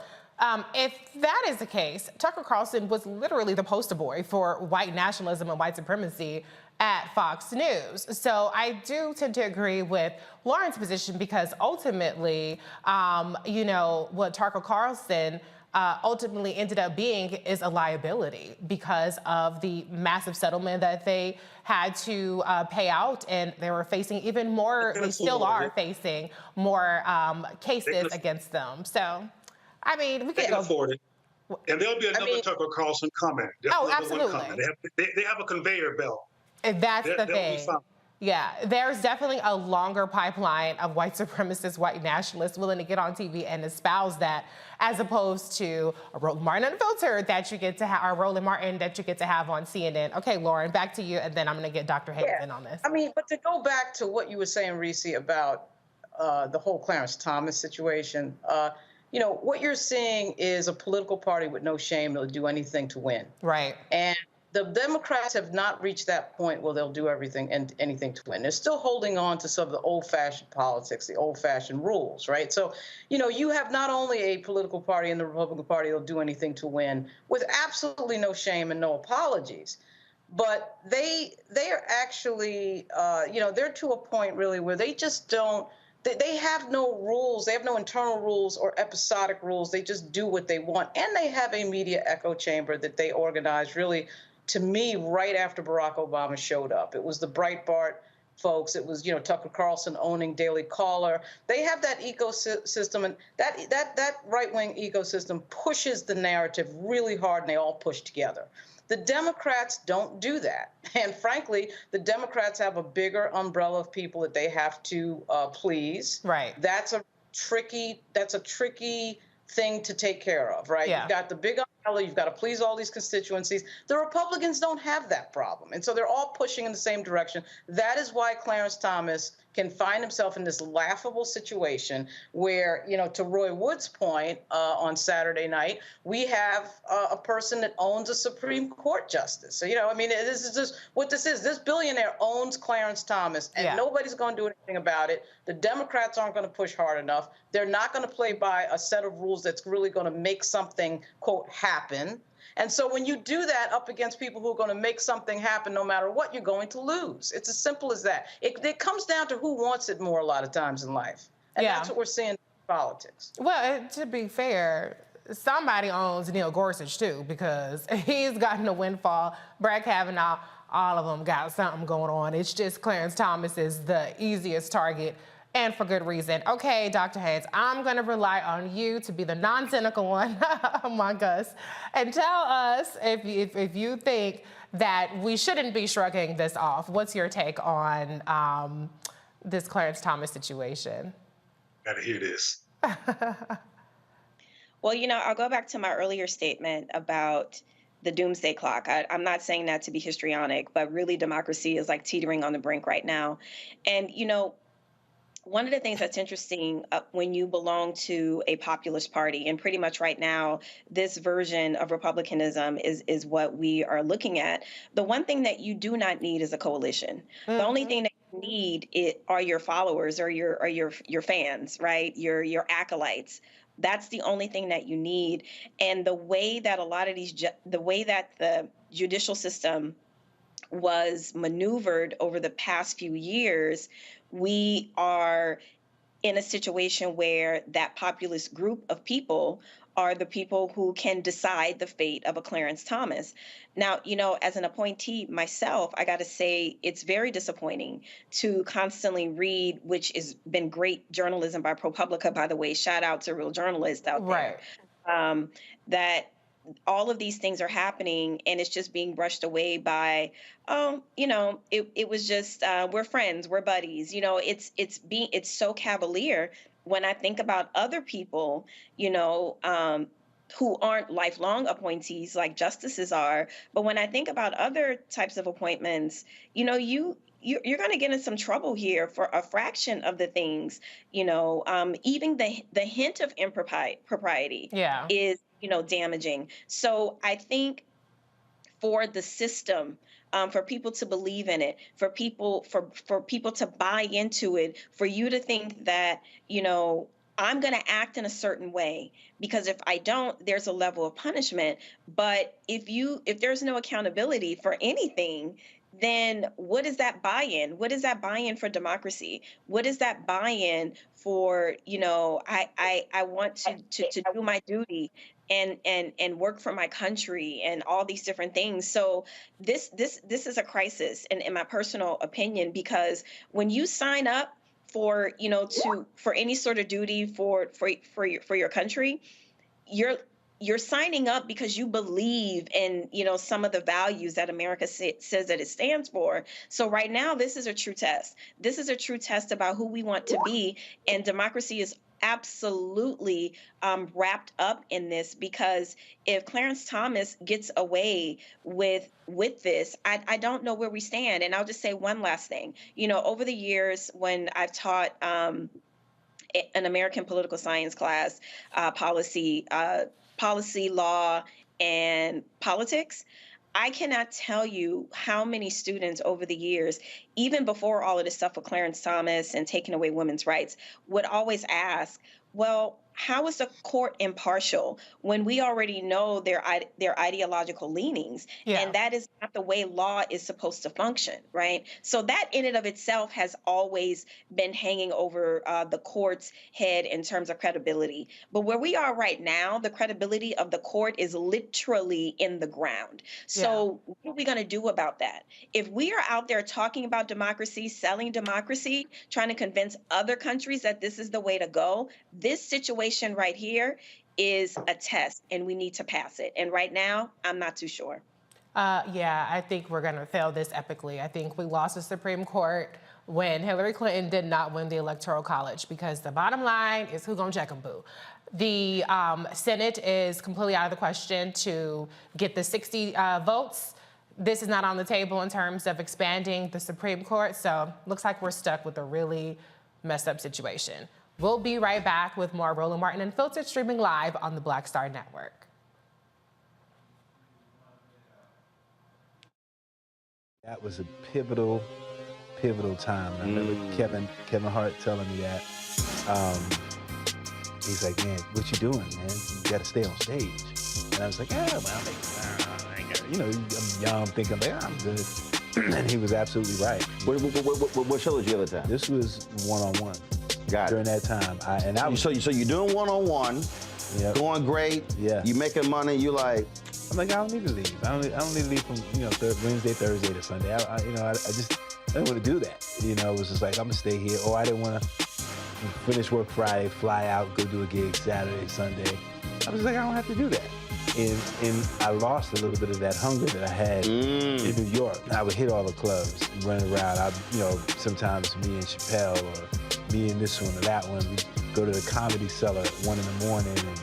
And that was our life. We loved it. You do 2 shows in Manhattan, go to Brooklyn, leave Brooklyn, go to Queens, go to Jersey. And I kind of I got complacent. I was like, I got this money, I'm good. I don't need to go chase that, because that money wasn't at the same level that I was making, but what I was missing was that training. Yes. Was that. And it wasn't the money. It was the money. You know, it was that's what I needed.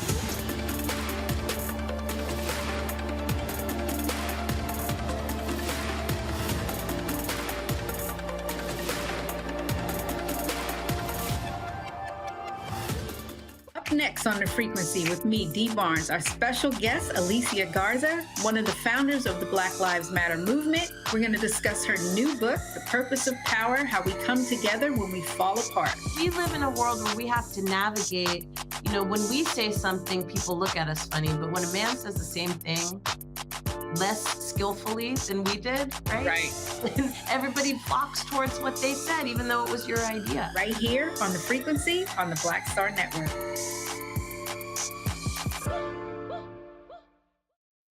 You want me to do something crazy, but I don't know what to do. I'd rather just sit here. Hi, this is Cheryl Lee Ralph, and you are watching Roland Martin, Unfiltered. I mean, could it be any other way? Really? It's Roland Martin.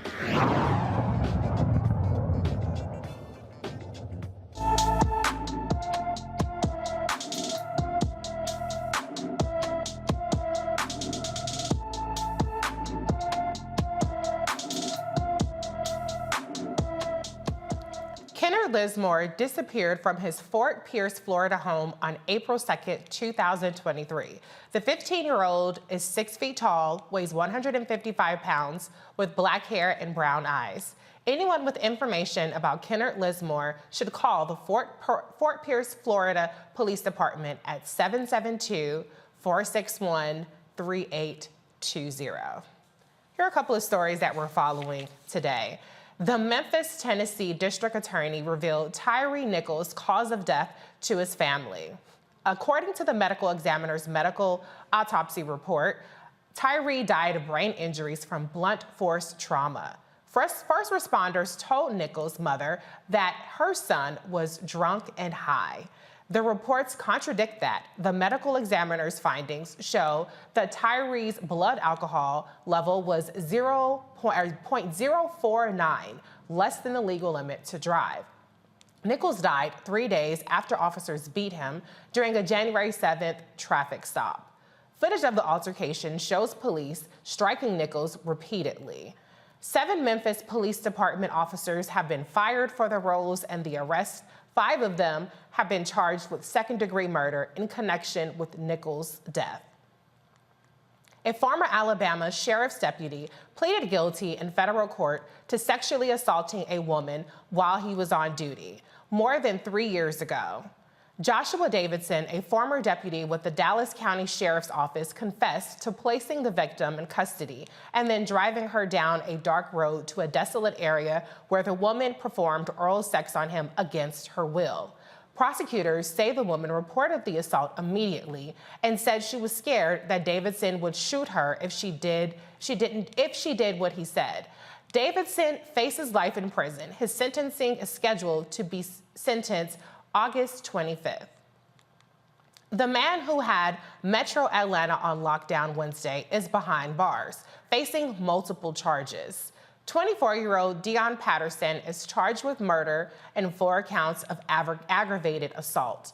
Police say Patterson opened fire Wednesday at Northside Hospital Medical Midtown, where his mother had taken him for an appointment. He had fled the scene, causing an 8-hour-long search over several metro counties before being captured.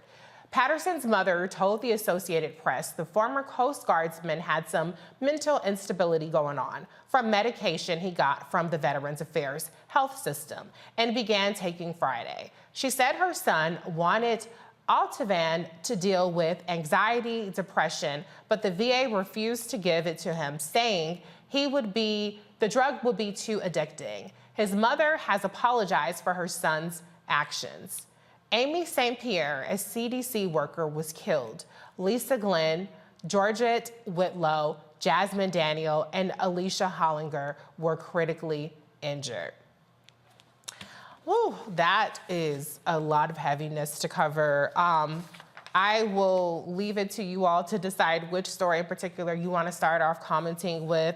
I do find it heartbreaking and also interesting that this week we have two stories where we have former veterans, or veterans I should say, that are talking about mental health issues, and we've seen it manifest differently. We saw it with Jordan Neely on the subway when he was, killed.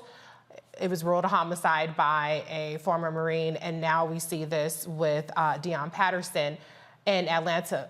Absolutely abhorrent on both sides, but I do wonder if there is something to examine there in terms about his mother's claim of mental health. Dr. Managa, I'll start with you. What's your take on that? Well, clearly, the young man was dealing with mental health challenges, and that's a problem in this country. As a matter of fact, if you look at this statistically, it's a growing problem. Suicide, homicide, all the sides, and depression are booming in this country. Some of that was exacerbated by the COVID-19 pandemic. But not only is mental health, which has been a problem all of my career, which is based around addressing mental health. I remember being on a panel 30 years ago with the psychologist who was the consultant to the Cosby Show, whose name escapes me, I believe his name was Alvin Toussaint. We talked about mental illness, particularly among Black people, on a panel 30 years ago, because he had a book out about the disproportionate problem of mental illness and suicide among Black people. But the other underlying issue that's going on here is the problem of the lack of gun control. Right. Or the lack of legislation or systems in place to prevent as I predicted on this very show some years ago, problem of growing murders by guns in this country. It's going to get worse. So we need to all be careful and watch our surroundings. But getting back, and this is my analysis, getting back to the issue of white supremacy control, one of the reasons why we may never see a effective gun control policy in this country is because white folks who are concerned about backlash and who are concerned about Black power and losing their numbers in terms of control want to be able to defend themselves in case something goes down. And no matter how many people who are murdered, including children, on massive levels, they're resistant to not having control of their guns. Is my perspective that phenomena is at the core of why, despite all this insanity that's occurring at the hands of guns, there's been no legislation or serious resistance to stop to that occurring and stopping that phenomena. Yeah. So this issue is relevant to mental health and an ongoing example of the problem of the lack of gun control and relevant policy in this country. Right, and Georgia, Brian Kemp has made it easier to access guns. We don't know, at least I haven't seen reporting on whether his guns were legally purchased or anything of that nature, but this is why we have red flag laws, or that's why we have people advocating for red flag laws, for background checks. And it's questionable if you have a history of, mental health struggles, whether you should have a gun or not. That was a big issue in the Senate race down there with Herschel Walker admitting to having mental issues and having experiences with guns. Nola, I'm going to open up the floor. I don't want to frame a question to you. Anything in particular you want to comment about from these three stories? Like you said, they're all heavy, right? And reading yet another story about police violence and a young Black man losing his life, that just does something to you. It makes you feel, it just makes you feel exhausted in another way. And I think, because we are having these conversations around mental health, and I do believe this is Mental Health Month. Actually it is. Mm-hmm. I completely agree with these issues are exacerbated by COVID and quarantine in a way that we are not talking about. There is something going on. We've in this country, we've suffered from gun violence for quite some time. Since quarantine, the level of violence, the level of mental illness that is peaking, it seems extraordinary. And I think this is a wider conversation about why folks are resulting to such extreme ends, right? And on a daily, nearly hourly, like what appeals to a person about massive violence. And the way that I think about this is, I think about this along with terrorism and why terrorists decide to do the things that they do. And typically it's for some sort of attention. So if that is the case, if we can apply that here, if we can apply that logic here, what attention are these people seeking, you know, when they commit these massive violent attacks? Now, in our country, if you look a particular way, you're going to be given the benefit of the doubt, and that analysis is going to try to get to, you know, why this person decided to do what they did. But when you're Black, we don't often have the benefit of the doubt for people to say, okay, what were the triggers here? What were the causes here? But I think we are definitely in a crisis, and we need to figure out, why are people resorting to this tactic? What attention are they needing, and how can we begin to address this? Because my suspicion is the summer is going to be even more violent. That is my suspicion.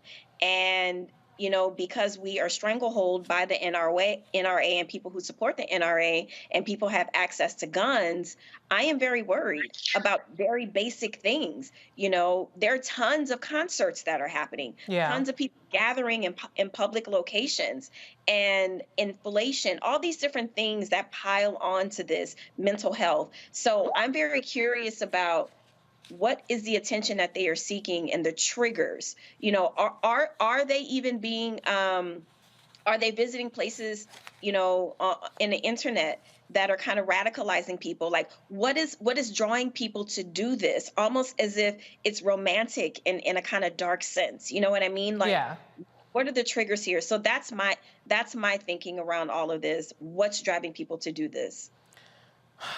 I don't know, but I wish they would leave the rest of us out of it, because I think it's insane to go to work or to go to a doctor's appointment and somebody decides to have an episode, and now 4 women are dead. And we don't know if that was targeted because they were women and that's why he shot them, or if it was just an opportunity. He just got whoever he saw first. But either way, it's exceedingly appalling, and nothing is going to happen in Georgia, we know, because there's no appetite for any more gun control there, just like there hasn't been in Tennessee, despite the shootings there. But there was one thing in particular about the Tyree Nichols story that bothered me, was the way that the cops lied to the family and said that he was drunk and high. We saw the same thing happen with Ahmaud Arbery, where his family was told that he was breaking into the house. And so we consistently see that it's not enough for these people to summarily execute Black people for traffic stops, but they have to humiliate them and to impugn their character, even though eventually it's going to come out on tape, whether it's body camera footage or maybe some Samaritan's footage. And so that's just so disturbing that they had to further debase him after leaving him on the scene unattended, taking pictures, allegedly, one of the cops was reportedly doing. It's just egregiously tragic. It's also a cliche. Yeah. It's also a cliche. I mean, that's the way they do it. That's the way they did it in the 60s, 70s, 80s, 90s, 2020s. This is a redundant cliche. This is part of the playbook. It's what you do when you kill somebody as a cop. Lauren? It's a little bit more than a redundant cliche. The Atlanta case obviously was mental illness. The gentleman on the subway in New York. Lauren, can you hold that thought? We got to take a break. We'll come right back straight to you. Okay. Be right back. Okay. All right. Next on the Black Table with me, Greg Carr, we look at one of the most influential and prominent Black Americans of the 20th century. His work literally changed the world. Among other things, he played a major role in creating the United Nations. He was the first African American and first person of color to win the Nobel Peace Prize. And yet today, he is hardly a household name. We're talking, of course, about Ralph J. Bunche. A new book refers to him as the absolutely indispensable man. his lifelong interest and passion in racial justice, specifically in the form of colonialism. And he saw his work as an activist and advocate for the Black community here in the United States as just the other side of the coin of his work trying to roll back European empire in Africa. Author Cal Rostiala will join us to share his incredible story. That's on the next Black Table, here on the Black Star Network. Up next on The Frequency with me, Dee Barnes, our special guest, Alicia Garza, one of the founders of the Black Lives Matter movement. We're going to discuss her new book, The Purpose of Power, How We Come Together When We Fall Apart. We live in a world where we have to navigate, you know, when we say something, people look at us funny, but when a man says the same thing, less skillfully than we did, right? Right. And everybody flocks towards what they said, even though it was your idea. Right here on The Frequency on the Black Star Network.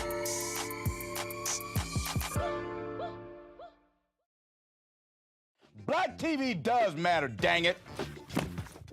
Hey, what's up, y'all? It's your boy, Jacob Lattimore, and you're now watching Roland Martin right now.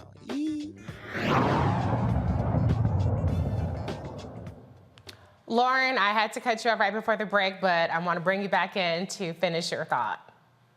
Oh, thanks. Thank you. Yeah, I was just going to say that, you know, obviously the situation in Atlanta was obviously mental illness. Ahmaud Arbery and Jordan Neely and all of these other things that we've been talking about, Tyre Nichols was beaten to death by the police as the paramedics looked on and did absolutely nothing.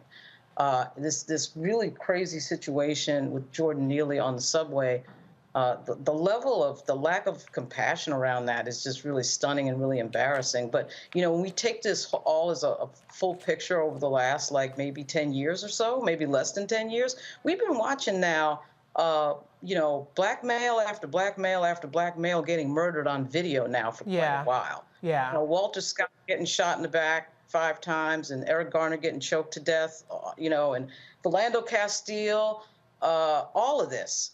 If it was any other group of people in American society, I think there'd be a little bit more of a reaction. Now, I'm not saying that, you know, black women haven't been killed and other people haven't been killed, but that particular group, black men, we're seeing this on video. We're seeing people get murdered on video. And, you know, when Philando Castile put the Facebook Live on of really himself being killed, this type of thing should not be seen as normal. Right. The idea that a guy that's homeless is getting choked out on the New York City subway and the freaking governor and the mayor have no reaction to that other than to be like, oh, well, you know, mental illness, whatever. New York Times, mental illness, because nobody wants to deal with the fact that this shouldn't happen in a civilized society. What is everybody doing? I mean, I'm from New York. You know, I've been on the subway a trillion times, and this idea that everybody's just sort of standing around while a guy gets choked to death because, you know, well, he's homeless, so no big deal. So I don't know where our compassion is or where our humanity is, but something is wrong here. We are spiraling in a way that I think is just not normal. And I know that part of it is the advent of video and social media and the fact that we see these things. Before the cell phone, we didn't see a lot of these police shootings. We heard about them. John Lewis, of course, referred to police brutality at the March on Washington. Yeah. You know, Malcolm X talked about police brutality all the time. You know, so we knew that it was going on, but to see it, to see people getting murdered on video is a thing. And we shouldn't be okay with any of this. We just shouldn't be. I wholeheartedly agree with you. I want to be real. I'm sorry. Oh, just let me get this point and then I'll go right to you.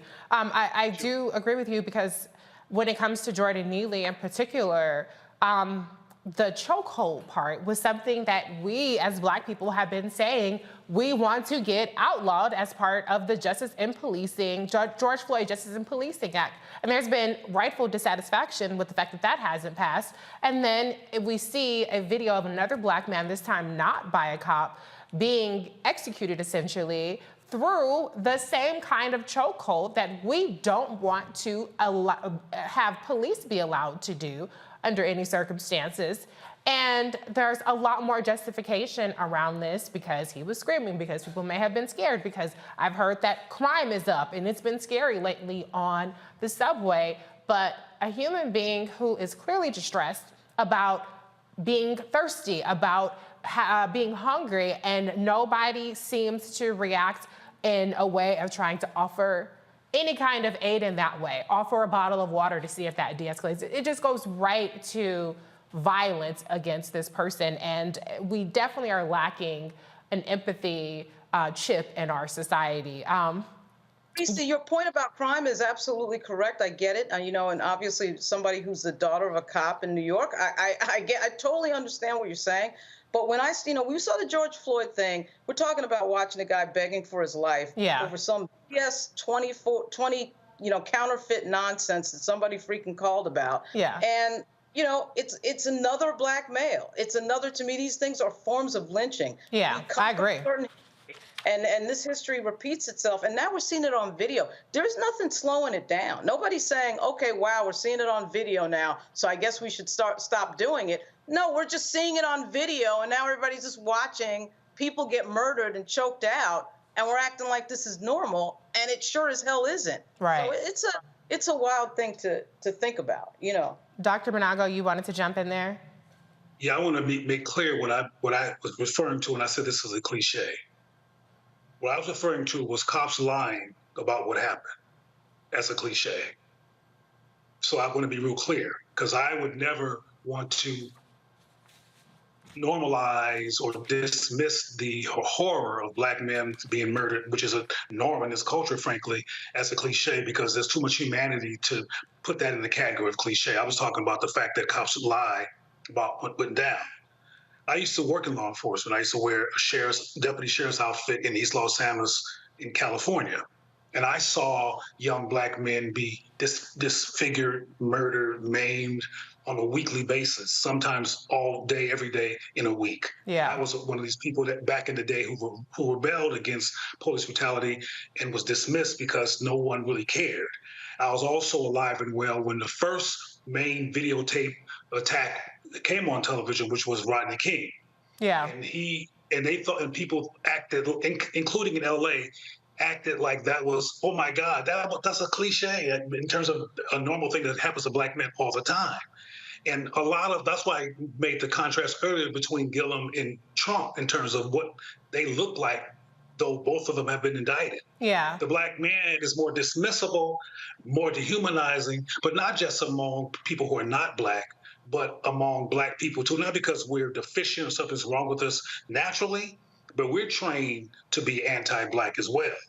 Somebody used the term earlier that Clarence Thomas was owned. Clarence Thomas has no problem being owned by white people because he has such distaste for black people. Yeah. We have work to do among black people to teach us to unlearn what I call the anti-black trauma trends that we're in as a people, that makes us go into a default short circuit when it comes to successfully, effectively defending black life in this country. Oh, I agree. A moment ago, we've been talking about police brutality forever. When I was a baby and I was looking at the police, at the Black Panthers, that was what motivated them to come into being, was people being murdered by the cops. And there was a guy named Daryl Gates, who used to be the chief of police for LAPD, who was murdering black people left and right, and publicly said it's because we're not normal, which is why we were killed. Then we went on about our business. I'll close by reiterating that there needs to be more focus on waking up black people from what I call the trauma trance, because it's that trauma trance that's getting worse, that's making us go crazy instead of go effective. Yeah. Someone also said that they believe it's attention getting. I think it's implosion based on the dismissiveness of people's capacity to have a critical analysis. People are being dumbed down by the internet. People are being dumbed down by people becoming celebrities based on how many hits they get or whatever. But common sense and intelligence is not really supported. And some people are just going crazy and going off because they're imploding based on a lack of space to express what's really going on with them in a society where the Republican Party in particular is constantly repressing people's common sense, and the Democratic Party is complacent enough to look like they're co-signing it by the lack of action against it. And I'm going to say one more time that the President of the United States, who's Biden, can step up and explicitly resist some of these things and get some momentum going against them, because he is indeed the President of the United States of this country. And I haven't seen enough of that. Sending Ms. Harris is the same thing as sending the president. Dr. Haynes, I heard you trying to jump in there. What's your comment? Yeah, I was playing a little bit of double dutch there. I just want to say we can go back historically and we can find photos of literal Black bodies being hung by trees and people standing around as if, that's the Friday night date. So Black death as entertainment has been something that's been entertaining for people in this country for quite some time. And, now that we are in a social science way treated, and what I mean by that is that we are kind of preconditioned in a way. We've been preconditioned to accept a set of things, right? So we have been preconditioned to the violence that is enacted on Black bodies, and I'm not using Black bodies in an academic sense. I mean that in a very real and physical sense that is supported by decades of data. Black bodies, particularly the male, has fascinated and also emasculated other men, right? And so it's something very particular about Black men who just try to live their very best lives without, people trying to harm them, are threats because other people have made them threats because of their own inferiority complexes, whatever they may be. And Black men can also have those same inferiority complexes against other Black men. So that's one historical point that I want to make. Throughout history, you can go back and see photos of Black people hanging from trees and white folks gathering around as if it's a picnic, right? So This is an extension of that. And because we see it over and over and over again, that's the treatment part. We are desensitized, and that's dangerous because you're like, oh, another one. Oh, another one. Yeah. Oh, another one. And that's problematic. And so the last thing that I'll say really quickly here is, until there was a substantial drug problem with meth in suburban white areas, people started to care about the drug epidemic that was happening in this country. When it was crack, people did not care, right? But when it was meth and when it was other drugs, people started to care. So we're in this weird situation where even little white kids that are being murdered, guns are still out there. So what's going to happen if little white kids are being murdered, but guns, it's still perfectly fine for any and everybody to be able to get a gun?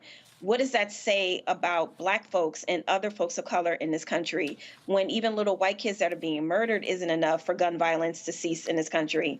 Where does that leave us, right? So I think collectively, we need to strategize around these very pivotal questions because we need to save our own lives, because that's very clear. Because us continuing to die and it being used as entertainment, that ain't it. Right.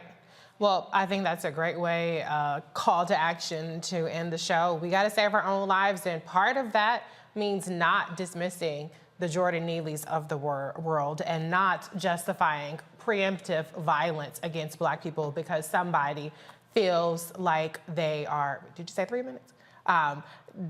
You might feel like they are a threat. I'm sorry, I feel like I missed a cue there.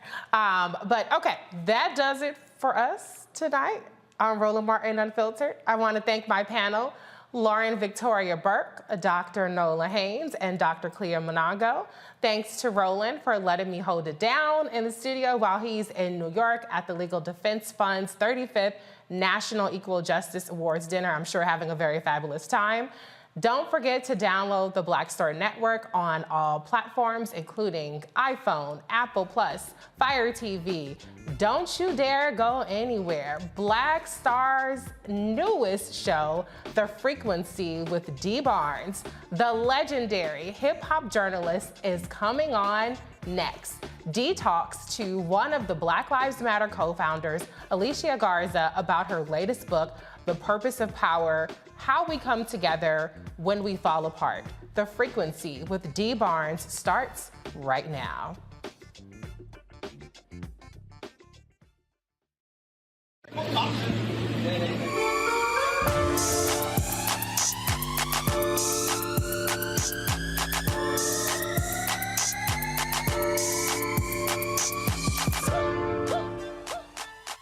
Welcome to The Frequency. I'm your host, Dee Barnes, and thank you for tuning in.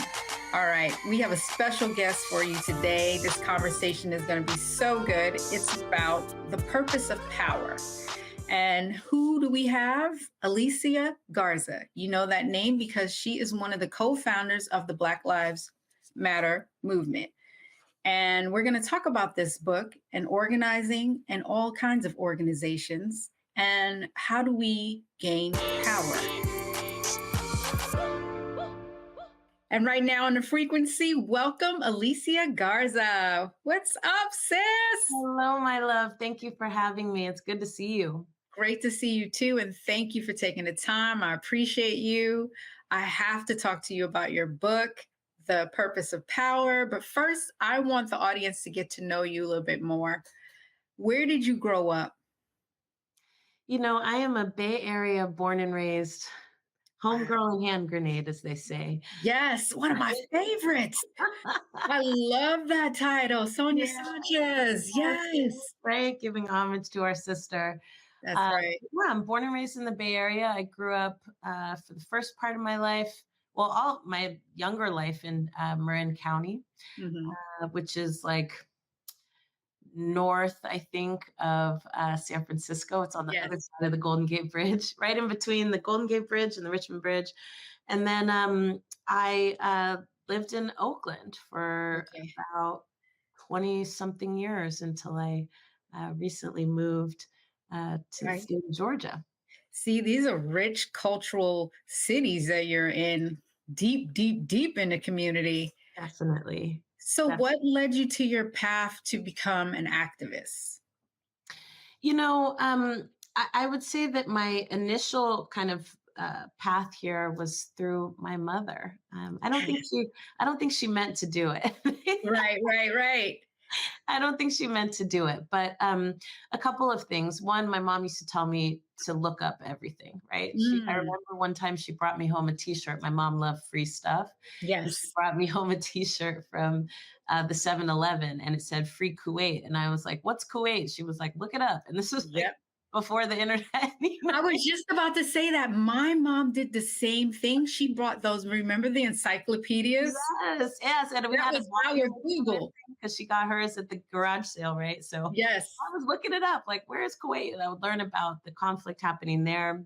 But really, there's like an ethos that my mom really, I think, embedded in me, which is that everybody deserves to live with dignity.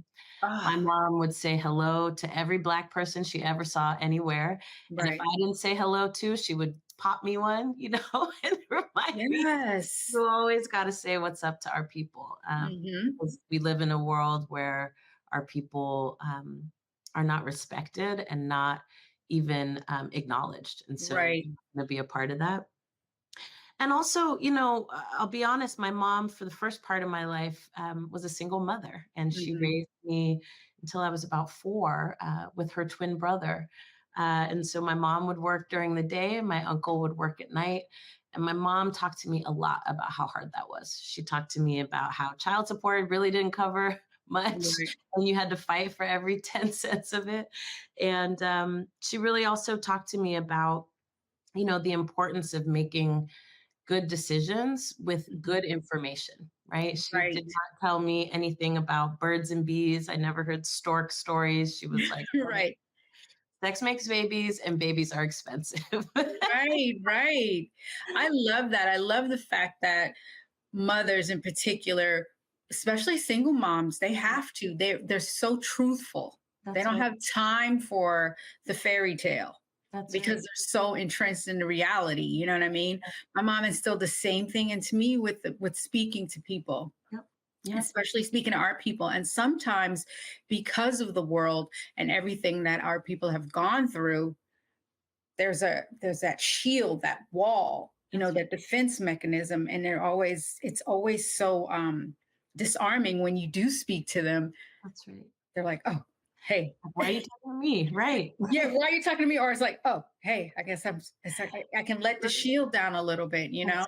That's right. I have to get into your book now because I feel like that was your upbringing, was your path to write this. Am I wrong or am I right? You got it. You're right. The Purpose of Power. I love it. As you can see, I have all my, my little stickies in it. It is amazing. I mean, first of all, I admire anyone who writes a full book. No. You know what I mean? How did you get there? Like, how did you manage to go from beginning to end? You know, it's really funny. I have a few girlfriends right now who are writing books and they're trying to finish, and they're in the part of book writing, which I call just being in the tunnel. Yes. And you're like right in the middle of it. You can't see the light at the end and you can't see where you came from. You're just right.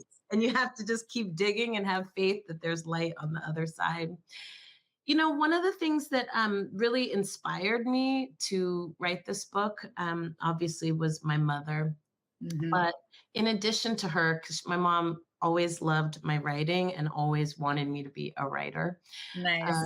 Which, you know, I had to, after she passed away, I didn't think I was going to finish the book. And I just knew, like, I got to do this for Mom. She would be very disappointed if I quit in the middle.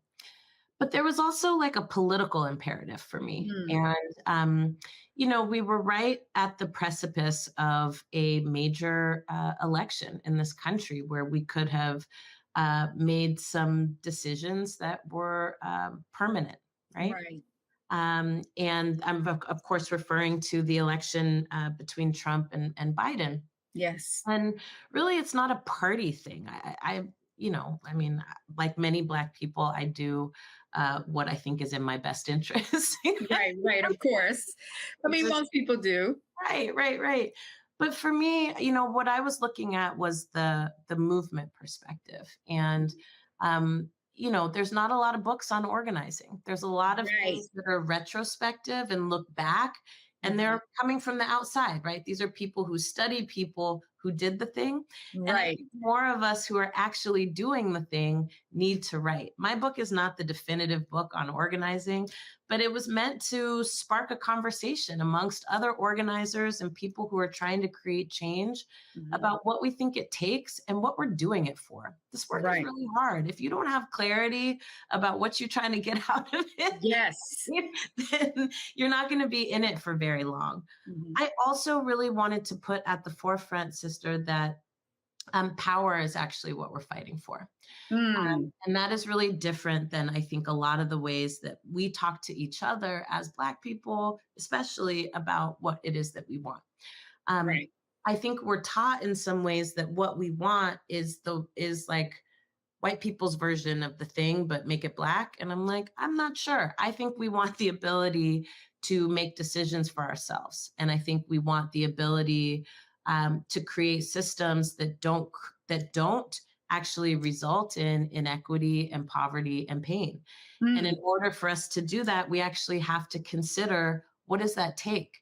It's not just empowerment, right? We talk to each other, and we get talked to a lot about feeling good about ourselves in the midst of conditions that are terrible, rather than changing the conditions themselves so that you actually can feel good and be doing good at the same time. Right. That's really what I'm trying to put on the table with the purpose of power.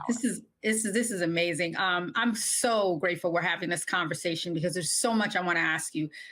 First, I want to break down what you said about movement. And it's something you said that was so profound in the book. You said that hashtags do not start movements, people do. Right. And I was like, hello, because this generation is all about the hashtag. So can you break down what you meant by that? Yeah, well, you know, I've come to start saying that over the last decade because, you know, with the rise of Black Lives Matter, I think the most common question that I would hear, you know, besides, you know, don't all lives matter, which. Yes. Right?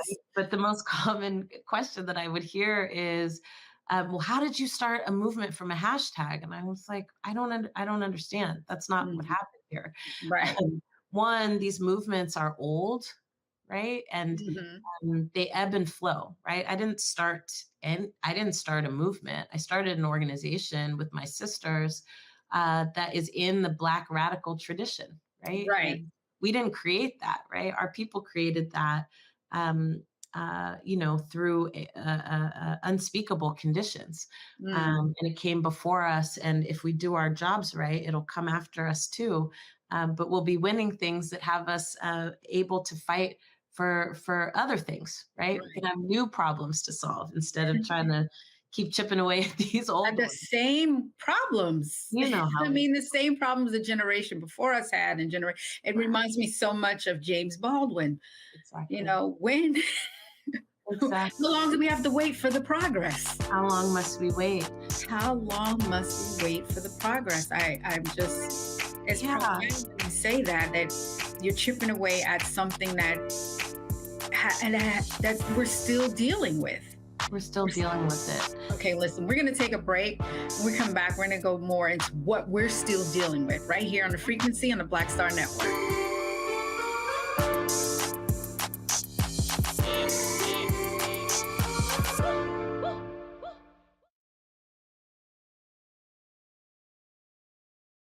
Black Star Network is here. Oh, no punch! I'm real revolutionary right now. Thank you for being the voice of Black America. All momentum we have now, we have to keep this going. The video looks phenomenal. See, there's a difference between Black Star Network and Black-owned media and something like CNN. You can't be Black-owned media and be scared. It's time to be smart. Bring your eyeballs home. You dig?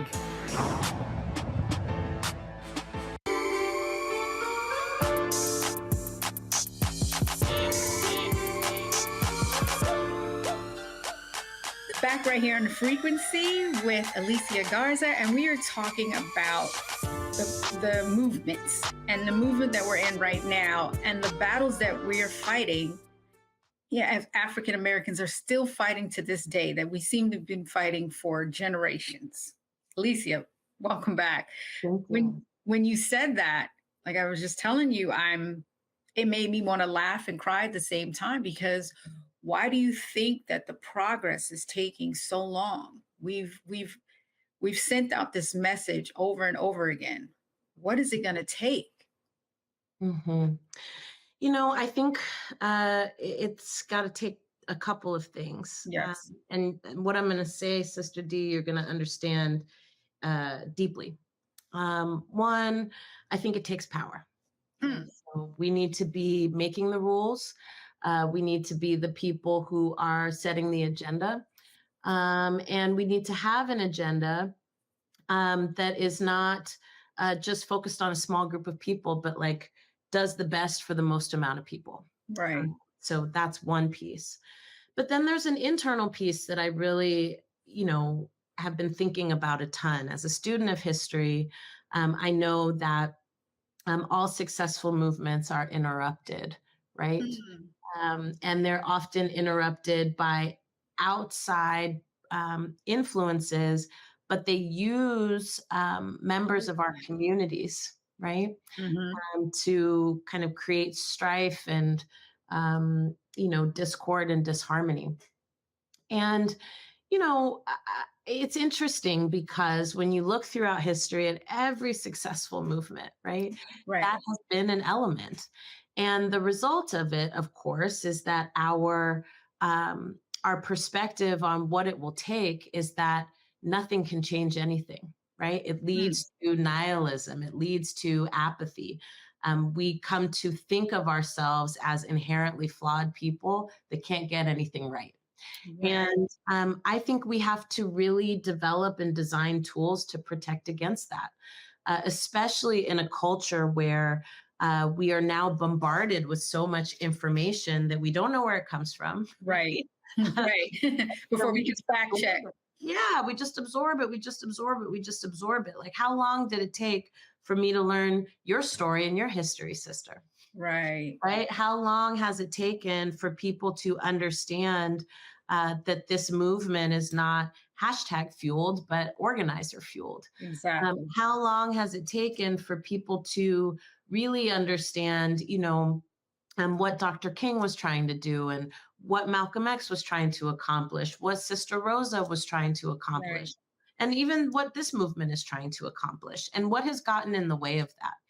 I talk about this in the book about, the stories that we tell that I call fairy tales that we perpetuate, that make us feel better, but confuse us about how change happens and what gets in the way. And I don't subscribe to the notion that we're our own worst enemies, right? I don't do that. Okay. But what I will say is, if we really about this life, we really about this life, then we have to be committed to a more nuanced understanding, not just of human fallacy, right? The real thing. But we also have to be really deeply entrenched in the strategies that white supremacy and this government has used to keep itself intact. And we have to hold both of those things together, and then make assessments, right, about what we're working with and how it is that we move forward. Whew. You know, one of the things that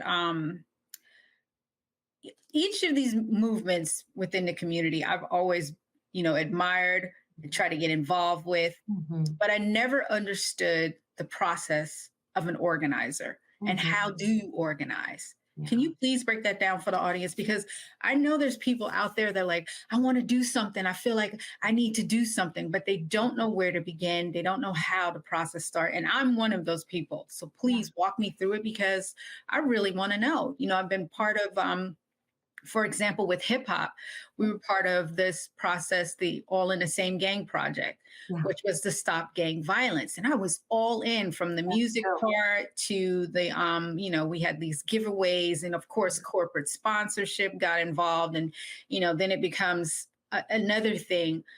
And then we went to the certain heavily gang influenced area in Los Angeles, and we did the video, and we helped the community, and then packed up and left. And then I'd never seen them go back to do it. And I felt like that was something that I should have made, picked up the mantle to continue, or how. So can you please walk me through, like, how do you become an organizer, and what are the steps that it takes to create and maintain? Yeah. Well, first and foremost, I'm so glad you told that story, Sister D, because, I think where and who you work with is just as important as what you do. Oof. Yes. Yes. So, you are giving us some truth bombs today. Go ahead. I often say, it's important to figure out what you care about and to find other people who care about the same things that you do. Right. But it's also important to understand or to even consider, right? What's important to me about how the work gets done and who I'm working with. And I often find that people don't do that extra layer, right? And so then they get really deeply disappointed when they encounter something like what you encountered, right? Which was a misalignment, right, of goals and outcomes. Okay. Yes. And so, there are so many incredible organizations out there who prioritize and really live their values around, participation, right? And engagement, direct engagement, and really being led by people who are being impacted by the problems that you're trying to solve. People who are more relationship focused and based rather than, but there's lots of different ways to approach change, right? You can, give stuff away, right? That's a way to approach change. Right. And you can also give people the tools that they need to be the change makers themselves. Exactly. So whatever your approach is, find a group that shares your approach, not just the same thing you care about. And then the other thing I would say is that organizing is fundamentally about building relationships among people who don't currently know each other, who care about the same things and want to take action together. And so to be an organizer, you really need to first and foremost be somebody who can do good listening. Right. Somebody who is also themselves willing to share, your vision, your hopes, your fears, right? And then also someone who is thinking about over time, how do we think we solve this problem? Okay. And I think with organizing, we have this idea, right, that there's one person. This is an example of those fairy tales. We can all name, you know, a leader of a movement, but can we name the engine behind it, right? Like, do people talk about Diane Nash? Do people talk about the fact that Sister Rosa continued to organize well into her 80s, right? Wow, they don't. Like literally. And it's because we don't know that, right? We're taught that, you know, for you to be an organizer, you have to be the one with the bullhorn. You got to be the one in front. And that's not what organizing is. Mm-hmm. Organizing is reaching as many people as possible who are looking for you and getting people together to come up with solutions to the challenges that we face.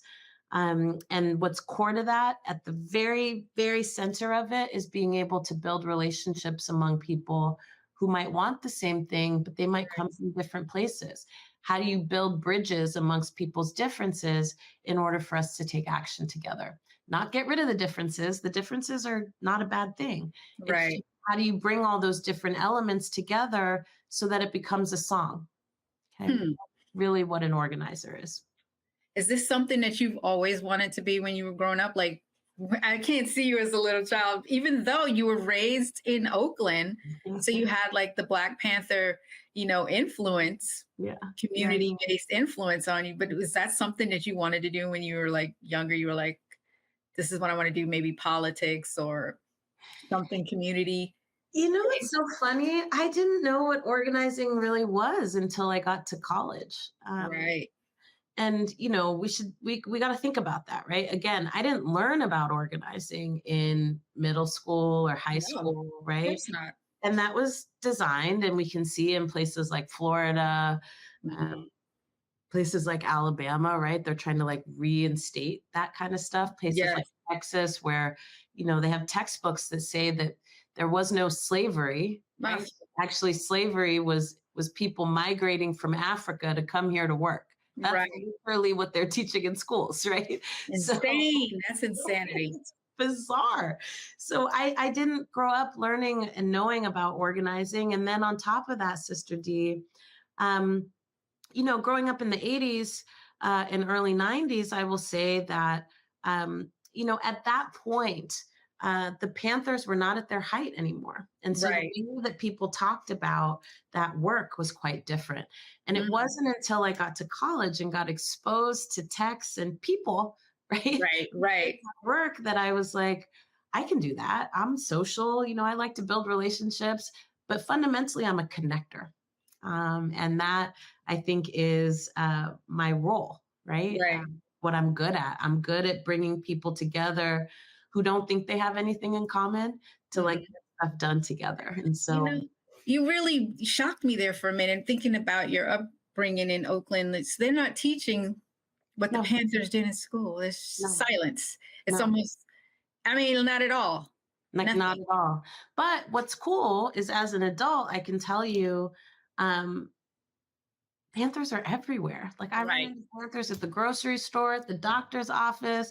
You know, when you go out to eat, it's like folks are still very much alive, very much active. A lot of the programs that people began are still in existence and still taking care of our people. You know what I mean? So some of it is like being able to also expose people, right, to what's in front of their face. That is also a part of organizing, right? Like we're all taught to see the world a certain way, and the way we're taught to see the world benefits a certain group of people and benefits a certain arrangement. And as an organizer, right, your role is often to expose people to different perspectives, right, and different ways of looking at things, and to really also expose how power operates, right? It wasn't until somebody organized me, right, that I understood, oh, not only was I not taught this stuff, right, but there was actually an agenda behind not teaching me these things. Then I became committed to finding out more, right? Exactly. More. I feel like this is what people are doing now on YouTube, but they're going down weird, like rabbit holes that, you know, may not take you into a good place. Yeah, radicalizing people in different directions. We're going to take a break, and when we come back, we're going to get into our favorite chapters, the purpose of power, right here with Alicia Garza on The Frequency on the Black Star Network.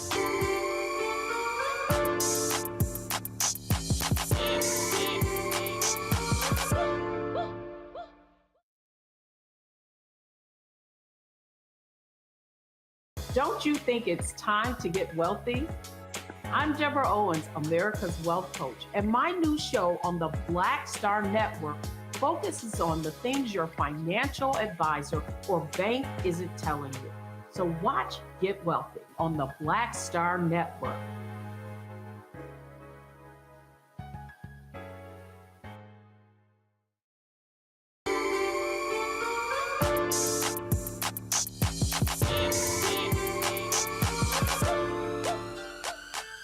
Right here on The Frequency with Alicia Garza, and we are talking about her book, The Purpose of Power. Alicia, please join me.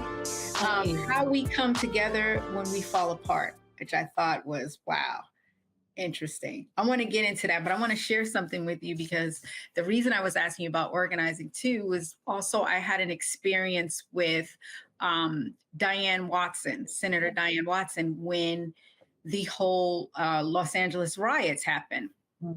And this is when I was still doing the hip hop show, Pump It Up. We went into the community and we watched her work. And it was amazing because, you know, everything got burned down and they needed stuff like simple things like diapers, baby formula. And she had all these, you know, organizations that were coming in and donating stuff. And then she was organizing it and having people, you know, get it out to the community. And it was amazing to see. She was the front face like you were talking about, but then she had all these people behind her that were doing it. And as I was, you know, speaking to her, just like I'm speaking to you, I was in awe because I was like, how does she do it? How is it being done? And I feel like your book, definitely for me, got to keep showing it because I love it. I'm going to give it out to a couple of people as gifts because like, it's a textbook on how to get it started. And when you say how we come together when we fall apart, it made me think about that moment in the Los Angeles riots where everything fell apart and then now we have to rebuild. Yeah. So what are some of your favorite chapters in the book? Oh, I have so many favorites. And okay. You know, it's funny because in writing the book, I don't think I did as much editing as I would have done if I had allowed myself to like think about it, right? Right. Stuff that I felt like just needed to be talked about that I felt like could be controversial, but shouldn't be, right? Like these are, again, in the same way that, right, like SNCC had all these debates about, you know, do we register people to vote or do we train people how to do direct action, right? Right. I feel like there are a series of debates that we need to have as a generation and figure out where we land in terms of how do we think we win in this moment? How do we think we come together when everything is very clearly disintegrating? One of my favorite chapters in this book is pedestals, profiles, and platforms. And you know, it's a piece of the book where I really talk about how for the first time in my lifetime, you know, activists really got celebritized, right? Yes. This is not a thing that I had ever seen. I've been organizing for more than 20 years. You know, the more public and visible way that I'm known, I think, doesn't capture, right, how long I've been in this work. Right, it doesn't. I just want to say, like, this has not happened before in my lifetime where, you know, you have activists walking red carpets and, you know, we were fortunate enough to be named as like Time's most influential people of the year. Like, this is not a thing that happens. And, you know, there's all kinds of ways that people approach it. Some people have a real disdain for it and feel like it's opportunistic or it's somehow shady. You know, other people come into this work because that's what they want. Right. So we're kind of in that era now. And, I really make this argument that it's not that it's inherently good or bad. It's that you have to have clear strategy on what you're using it for. If you're using it just to boost your own personal profile, right? That's not actually moving us forward as a community. But you're using those that level of exposure to also expose people to the issues and concerns and demands of your community, then that's a whole other conversation, altogether. I also kind of talk a little bit about the gender disparities, right? Of like who gets highlighted and who doesn't and why. And I talked a lot about, how, often it's men, right? Exactly. Gender, heterosexual men that get placed at the forefront. I remember seeing this cover, I think of like Vanity Fair, that made me want to like pluck my eyeballs out, right? Not because I don't love me some Tracy, because I love her. Right. Tracy. But because it was like, they were doing this like Martin Luther King, Malcolm X themed thing with like the woman in the background, but that's like not what was happening. Right. And actually what has been so powerful, I think, about this last decade is that we've really seen the increase of public visible leadership from women, from queer people, from trans people, right? And I think that is deeply important. And yet we had these kind of mainstream narratives, right, that we're still holding on to about the powerful man and the strong woman behind him. And so, we talk about that in that chapter. Another chapter that I'm really, that's relative to that is this chapter on imposter syndrome. Oh man, you're hitting the truth bomb, because I've been feeling that lately. I have been in it. Yeah, it's my love letter to us, honestly. And I talk about, right, how it's not so much that there may be some piece of imposter syndrome for Black women and women of color where we feel like we don't have the appropriate skills or we're just not good enough, right? But also patriarchy is a real thing. And, living in a world where men get to be mediocre. Okay. I'm talking the bare minimum. Just nothing. Literally. Just don't on a t-shirt, don't brush their teeth. No, and the audacity of it all, right? The audacity of it all. And but we live in a world where we have to navigate, when we say something, people look at us funny, but when a man says the same thing less skillfully than we did, right? Right. And everybody flocks towards what they said, even though it was your idea. Exactly. And so I want to highlight that because I think there are still. And when we say it as women, when we say it as women, we get picked apart. Totally. And that's on so many levels, right? Right. Whether it's, telling our stories, right, of how we've been done wrong, whether it's giving our ideas for how it is that we move forward. Right. Our ideas are considered to be less valid than that of people who occupy positions of power in our society. And we still have to talk about it.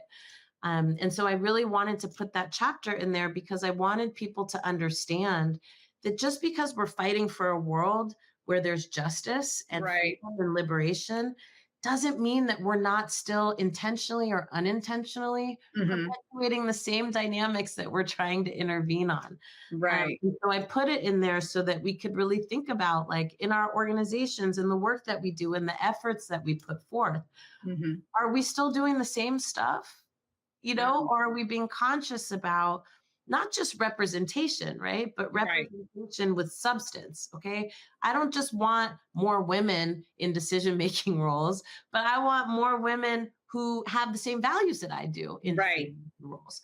That's what made me feel like your chapter on the power of identity politics. That was one of the ones that I was thinking about, because just that word, identity, can you break it down for the audience so they... Well, yeah, that word comes from us. I mean, identity politics is actually a movement phrase that comes first through the Combahee River Collective and people like Barbara Smith, right? Who talked about how they cannot separate their politics right, from who they are in the world, right, then it gets co-opted, right? It gets co-opted by conservatives in this country who use it as a pejorative term. Identity politics goes from how you reconcile, right? Being of color, being woman, your sexuality, right? In a world that doesn't want you to survive because of that, to, woke whining, right? No, you did not. Wait, you done said the buzzword. No, you didn't. I did. The woke. And then what do you think about that? Like how they're taking the word? And I think it's complicated because honestly, what happens is we start to adopt the same stuff. So then you start hearing Black people be, I'm not into that identity politics stuff. What is you talking about? You don't have a choice. Exactly. If you are aware of the fact that you are Black in this country, you do not get to abhor identity politics. And just because some white man in a suit told you it was wrong doesn't mean you have to adopt that. That comes from our foremothers. You understand me? That was a way for us to wrap ourselves in bubble wrap, right? Say, we got to outlast this idea that we have to leave parts of ourselves behind in order to pursue justice and freedom.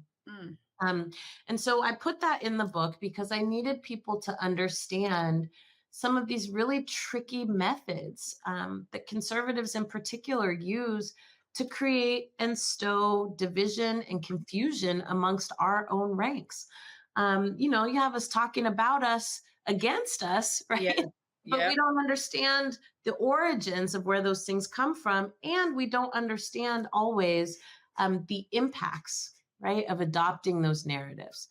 We don't need to be microphones for, my mom used to say, for example, the devil don't need no help. Okay. So people say, I'm just being a devil's advocate. She would be like, the devil don't need no help. They're doing fine on their own. Conservatives don't need help in terms of getting their message out. We shouldn't, keep kicking around their language, trying to draw people's attention to it, because all it's doing is embedding it. Right.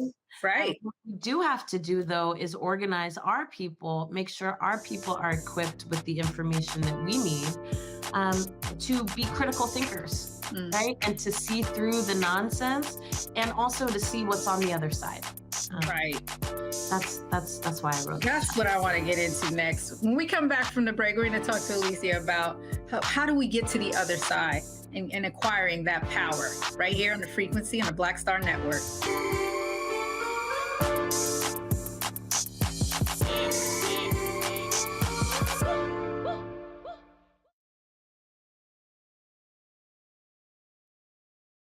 When you talk about blackness and what happens in Black culture, we're about covering these things that matter to us, speaking to our issues and concerns. This is a genuine people-powered movement. There's a lot of stuff that we're not getting. You get it, and you spread the word. We wish to plead our own cause. Too long have others spoken for us. We cannot tell our own story if we can't pay for it. This is about covering us. Invest in Black-owned media. Your dollars matter. We don't have to keep asking them to cover our stuff. So please support us in what we do, folks. We want to hit 2,000 people, $50 this month, raise $100,000. We're behind 100,000, so we want to hit that. Y'all money makes this possible. Checks and money orders go to P.O. Box 57196, Washington, D.C. 20037-0196. The Cash App is $RM Unfiltered. PayPal is R Martin Unfiltered. Venmo is RM Unfiltered. Zelle is Roland at RolandSMartin.com.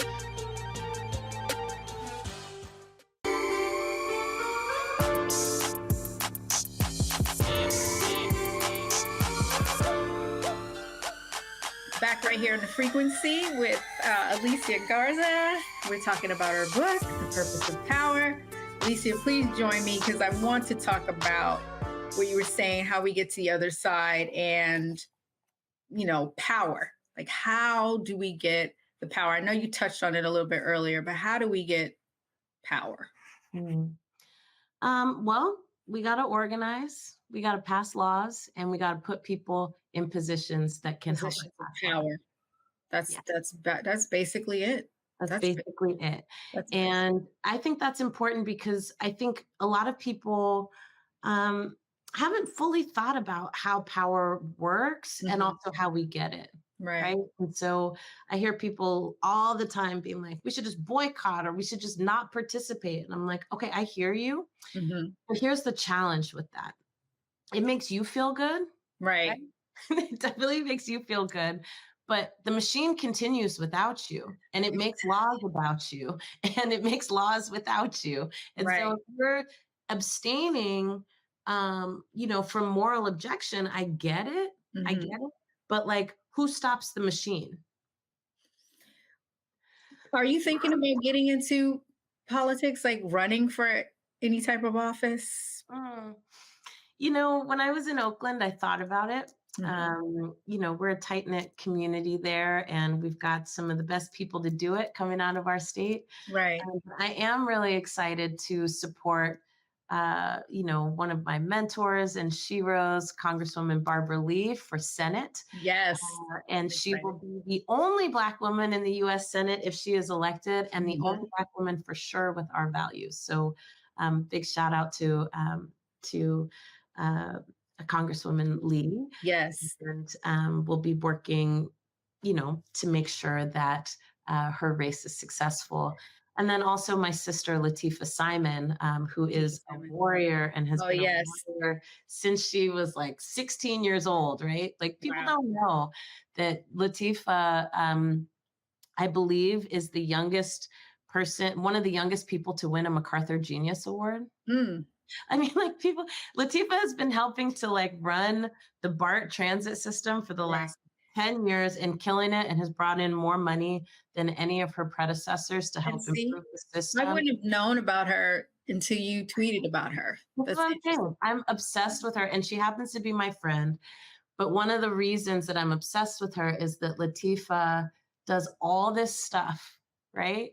And she just moves how she moves. She doesn't do it for the accolades, right? She just moves how she moves, like, putting community ambassadors on BART instead of police officers, right? Like she knows what's up. So she is running for Congresswoman Lee's seat. And so this time next year, we could be putting 2 Black women from California into the United States Congress, which I'm 100% for. And I would just love to work for and behind them. That would make me so happy. That's how you get involved. You're working as a support system. I see you. I see you as like the help in the foundation. So what is Black? What is it? Black Future Lab. Excuse me. What is that? Is that your organization? Is that something you started? Yeah. So in 2017, I left Black Lives Matter because I really wanted to start an organization that was focused on building power with elections. Right. And, this has been an age-old debate in our movements about whether or not to participate in elections. Obviously, we know that there is a ton of corruption inside of government, and government does not function the way that we want it to. But I am also a deep believer that we cannot leave these folks up to their own devices. Right. There's too much at stake, and there's too much online for us to just walk away from it. It's ours just as much as it's theirs, right? If not more so, right? And so I built the Black Futures Lab in order to work to make Black communities powerful in politics, so we could be powerful in the rest of our lives. When we think about issues of police violence, when we think about issues of public safety, when we think about issues of affordable housing or jobs or wages, all of these things are decided through policy, not through wishing and hoping that things would be different. That's right. And too often, right, Black folks are not only not at the table, but we're not even shaping the agenda of what's being discussed. Right. And our work aims to change that. So we do build independent Black political power with a range of strategies that includes collecting recent and relevant data about who we are and what we care about. We have run and conducted the largest survey of Black people in American history with our Black Census Project. And it's open right now for people to participate. So you can take it at blackcensus.org. Nice. You don't have to be, political. It's a nonpartisan survey. You don't have to give us your contact information or your name or anything like that to take the survey. We just want to know what you deal with, what you think is important, and what you want to see done about it. And then we take that data and we do something called the Black Agenda. And we'll be doing that for 2024, which is taking that information and turning it into a legislative agenda of policies that we fight for together in cities and states to make a real change in our neighborhoods. We also do door-to-door organizing, and we educate, activate, and motivate Black people to participate. And not because our ancestors died for the right or anything like that, just so that we can be powerful, right? Exactly. It's us that are putting these issues on the map. And it's important for us to participate so that we can maintain and build our power. So that's something that we work on. And then we tell new and different stories about who Black people are and who we can be.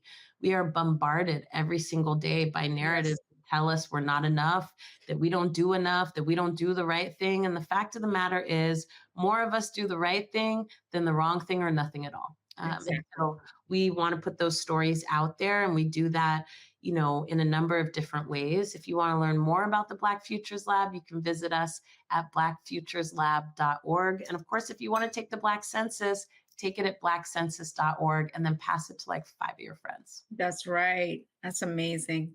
I have to ask you, you know, you said that in 2017, you left Black Lives Matter. What was that like? Because you were one of the original founders of the organization. What led you to that decision? Yeah. Look, I've always been an organizer at heart, and I feel very strongly that there are multiple ways to make change. For me, I don't think it makes sense for all of us to be concentrated in one lane, right? You need many approaches, many perspectives. And for me, I felt like, look, like, it's no shade to any way that anybody else wants to do a thing, but where my heart is and where my passion is making sure that we pass laws that change the lives of Black people. And so, you know, I decided to start something myself that could help contribute, right, to this bigger approach and strategy. With that being said, you know, I'm very grateful to be like the smallest part of something that has literally changed the course of history. It really has. It really has. And I have to tell you, thank you. Thank you for doing that, you and your sisters, because that has really, I think it has helped a lot of people, Black people, just have an umbrella to come underneath to connect, and not just Black people. I mean, it connected all people. And it was really a movement, a force of change. Do you still feel like it is a movement and a force of change? I do. I feel like it's been quite beat up. So, you know, but I do think that, you know, people are thinking about race in this country in a whole different way. And we're also thinking differently about what's possible. And so again, I'm grateful to be the smallest part of something that has had such a major impact. And I look forward, you know, years from now of, you know, continuing to correct the record. About the work that has been done and the work that is being done. And as I said, as a student of history, I look at things with a lot of nuance. Yes. Right? And I am aware, right, that that this movement has had such a global impact that it has a bullseye on its on it. And so I don't take that lightly. Right. Has it been a bullseye on you? Oh, absolutely. In fact, you know, in 2020, right, actually the day that my book came out, I was visited at my home by the FBI. They said that my name was on a hit list with several other elected officials and, you know, other activists. And yeah, the FBI came to my house, give me a duty to warn, which is basically like, They just tell you some a heads up, but you on your own. Yeah, but we can't do anything about it, and you should just be really careful type stuff. But interestingly, next month, so the people were caught, and it was actually not just one person. It was like 9 or 10 people that were a part of a Aryan Nation cell. Oh my God. They had planned to blow up power grids and, kill a bunch of people, and they're actually going on trial pretty soon in North Carolina. So, racial violence and racial terror is still very much a tactic that is used to stop and disband and disrupt. Yeah, absolutely. How do you feel now about your safety? I feel okay. I was always taught that, whenever there are threats made upon you, you're not supposed to be secret about it. Mm-hmm. You're supposed to tell people. You're supposed to tell a lot of people because you want to be looking out for you and making sure that they know if something is out of the ordinary. And so I feel good, and I certainly feel embraced and protected. Good, because we want you to be embraced and protected. I appreciate that. Of course, sis. And what's in the future for you? What's next? I'm coming off of this midterm election. We just got our numbers back about how we did door knocking in North Carolina and California and Georgia and Wisconsin. And I'm really happy to say that through our work at the Black to the Future Action Fund, which is our an affiliated organization, right? We talked to Black people who may or may not have voted in the last 4 election cycles. Right? Usually folks that get targeted for door knocking are people who, vote all the time. Right. Focused on people who are like, I'm not sure if I'm going to vote or not. Right. I vote back in other times. And because of our work, Sister D, we increased voter turnout by 50% amongst people who voted infrequently since 2018. So that's a big deal to me, especially as it relates to Black folk. Yes. So I'm going to keep doing that. We're still working on the Black census. We're trying to get to 200,000 responses, and we're about halfway there. Again, we are shattering records for collecting data on Black people. This literally is the largest survey of Black people in the history of this country. Right. And you can be a part of that. So I'm just doing that. And then also have some creative projects on deck that I hope are able to get off the ground and get out long. But we'll tell more when it's kind of more on the way. Thank you for sharing that with us, and thank you for sharing your time with us. This has been an amazing conversation. I have to tell everyone, please read this book, The Purpose of Power, How We Come Together When We Fall Apart. It is amazing. I'm giving it out to several people. I want my daughters to read it. I think it's important, and I hope that it'll inspire me to take the mantle and do something on that level. You're already doing Never be on your level, but close and supporting it. Already doing it. So thank you, sister. I really appreciate you. Thank you for being here. Thank you for having me. All right, and you stay safe. We love you. We love you. We appreciate you. Thank you. With that. Okay, good. Big hugs and much love. Thank you for having me. Thank you.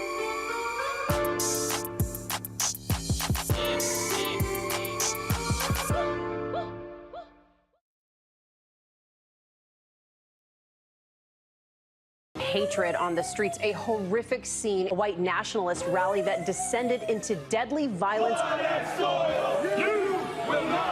White people are losing their damn minds. As an angry pro-Trump mob storms the U.S. Capitol, we've seen shooting. We're about to see the rise of what I call white minority resistance.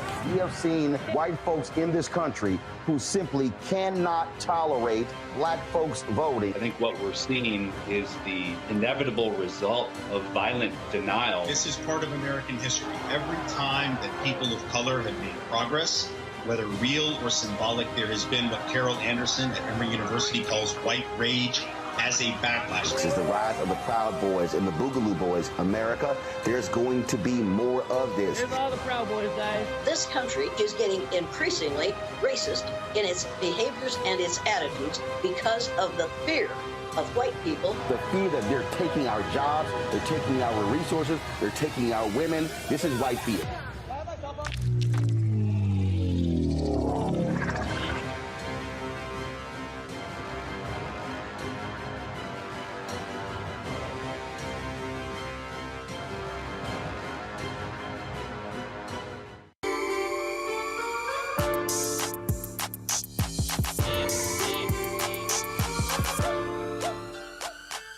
All right, another episode of The Frequency with this book right here, The Purpose of Power, How We Come Together When We Fall Apart by Alicia Garza. I want to thank her so much for the truth bombs that she let off today. She really helped us understand the meaning of the movement, Black Lives Matter, and all the things we talked about, discussing politics. And I hope that, everyone out there enjoyed this conversation and that you take something from it where you might go into your own community and start a movement, an organization. Remember, it doesn't start from hashtags, it starts from people. Thank you. I'll catch you next time.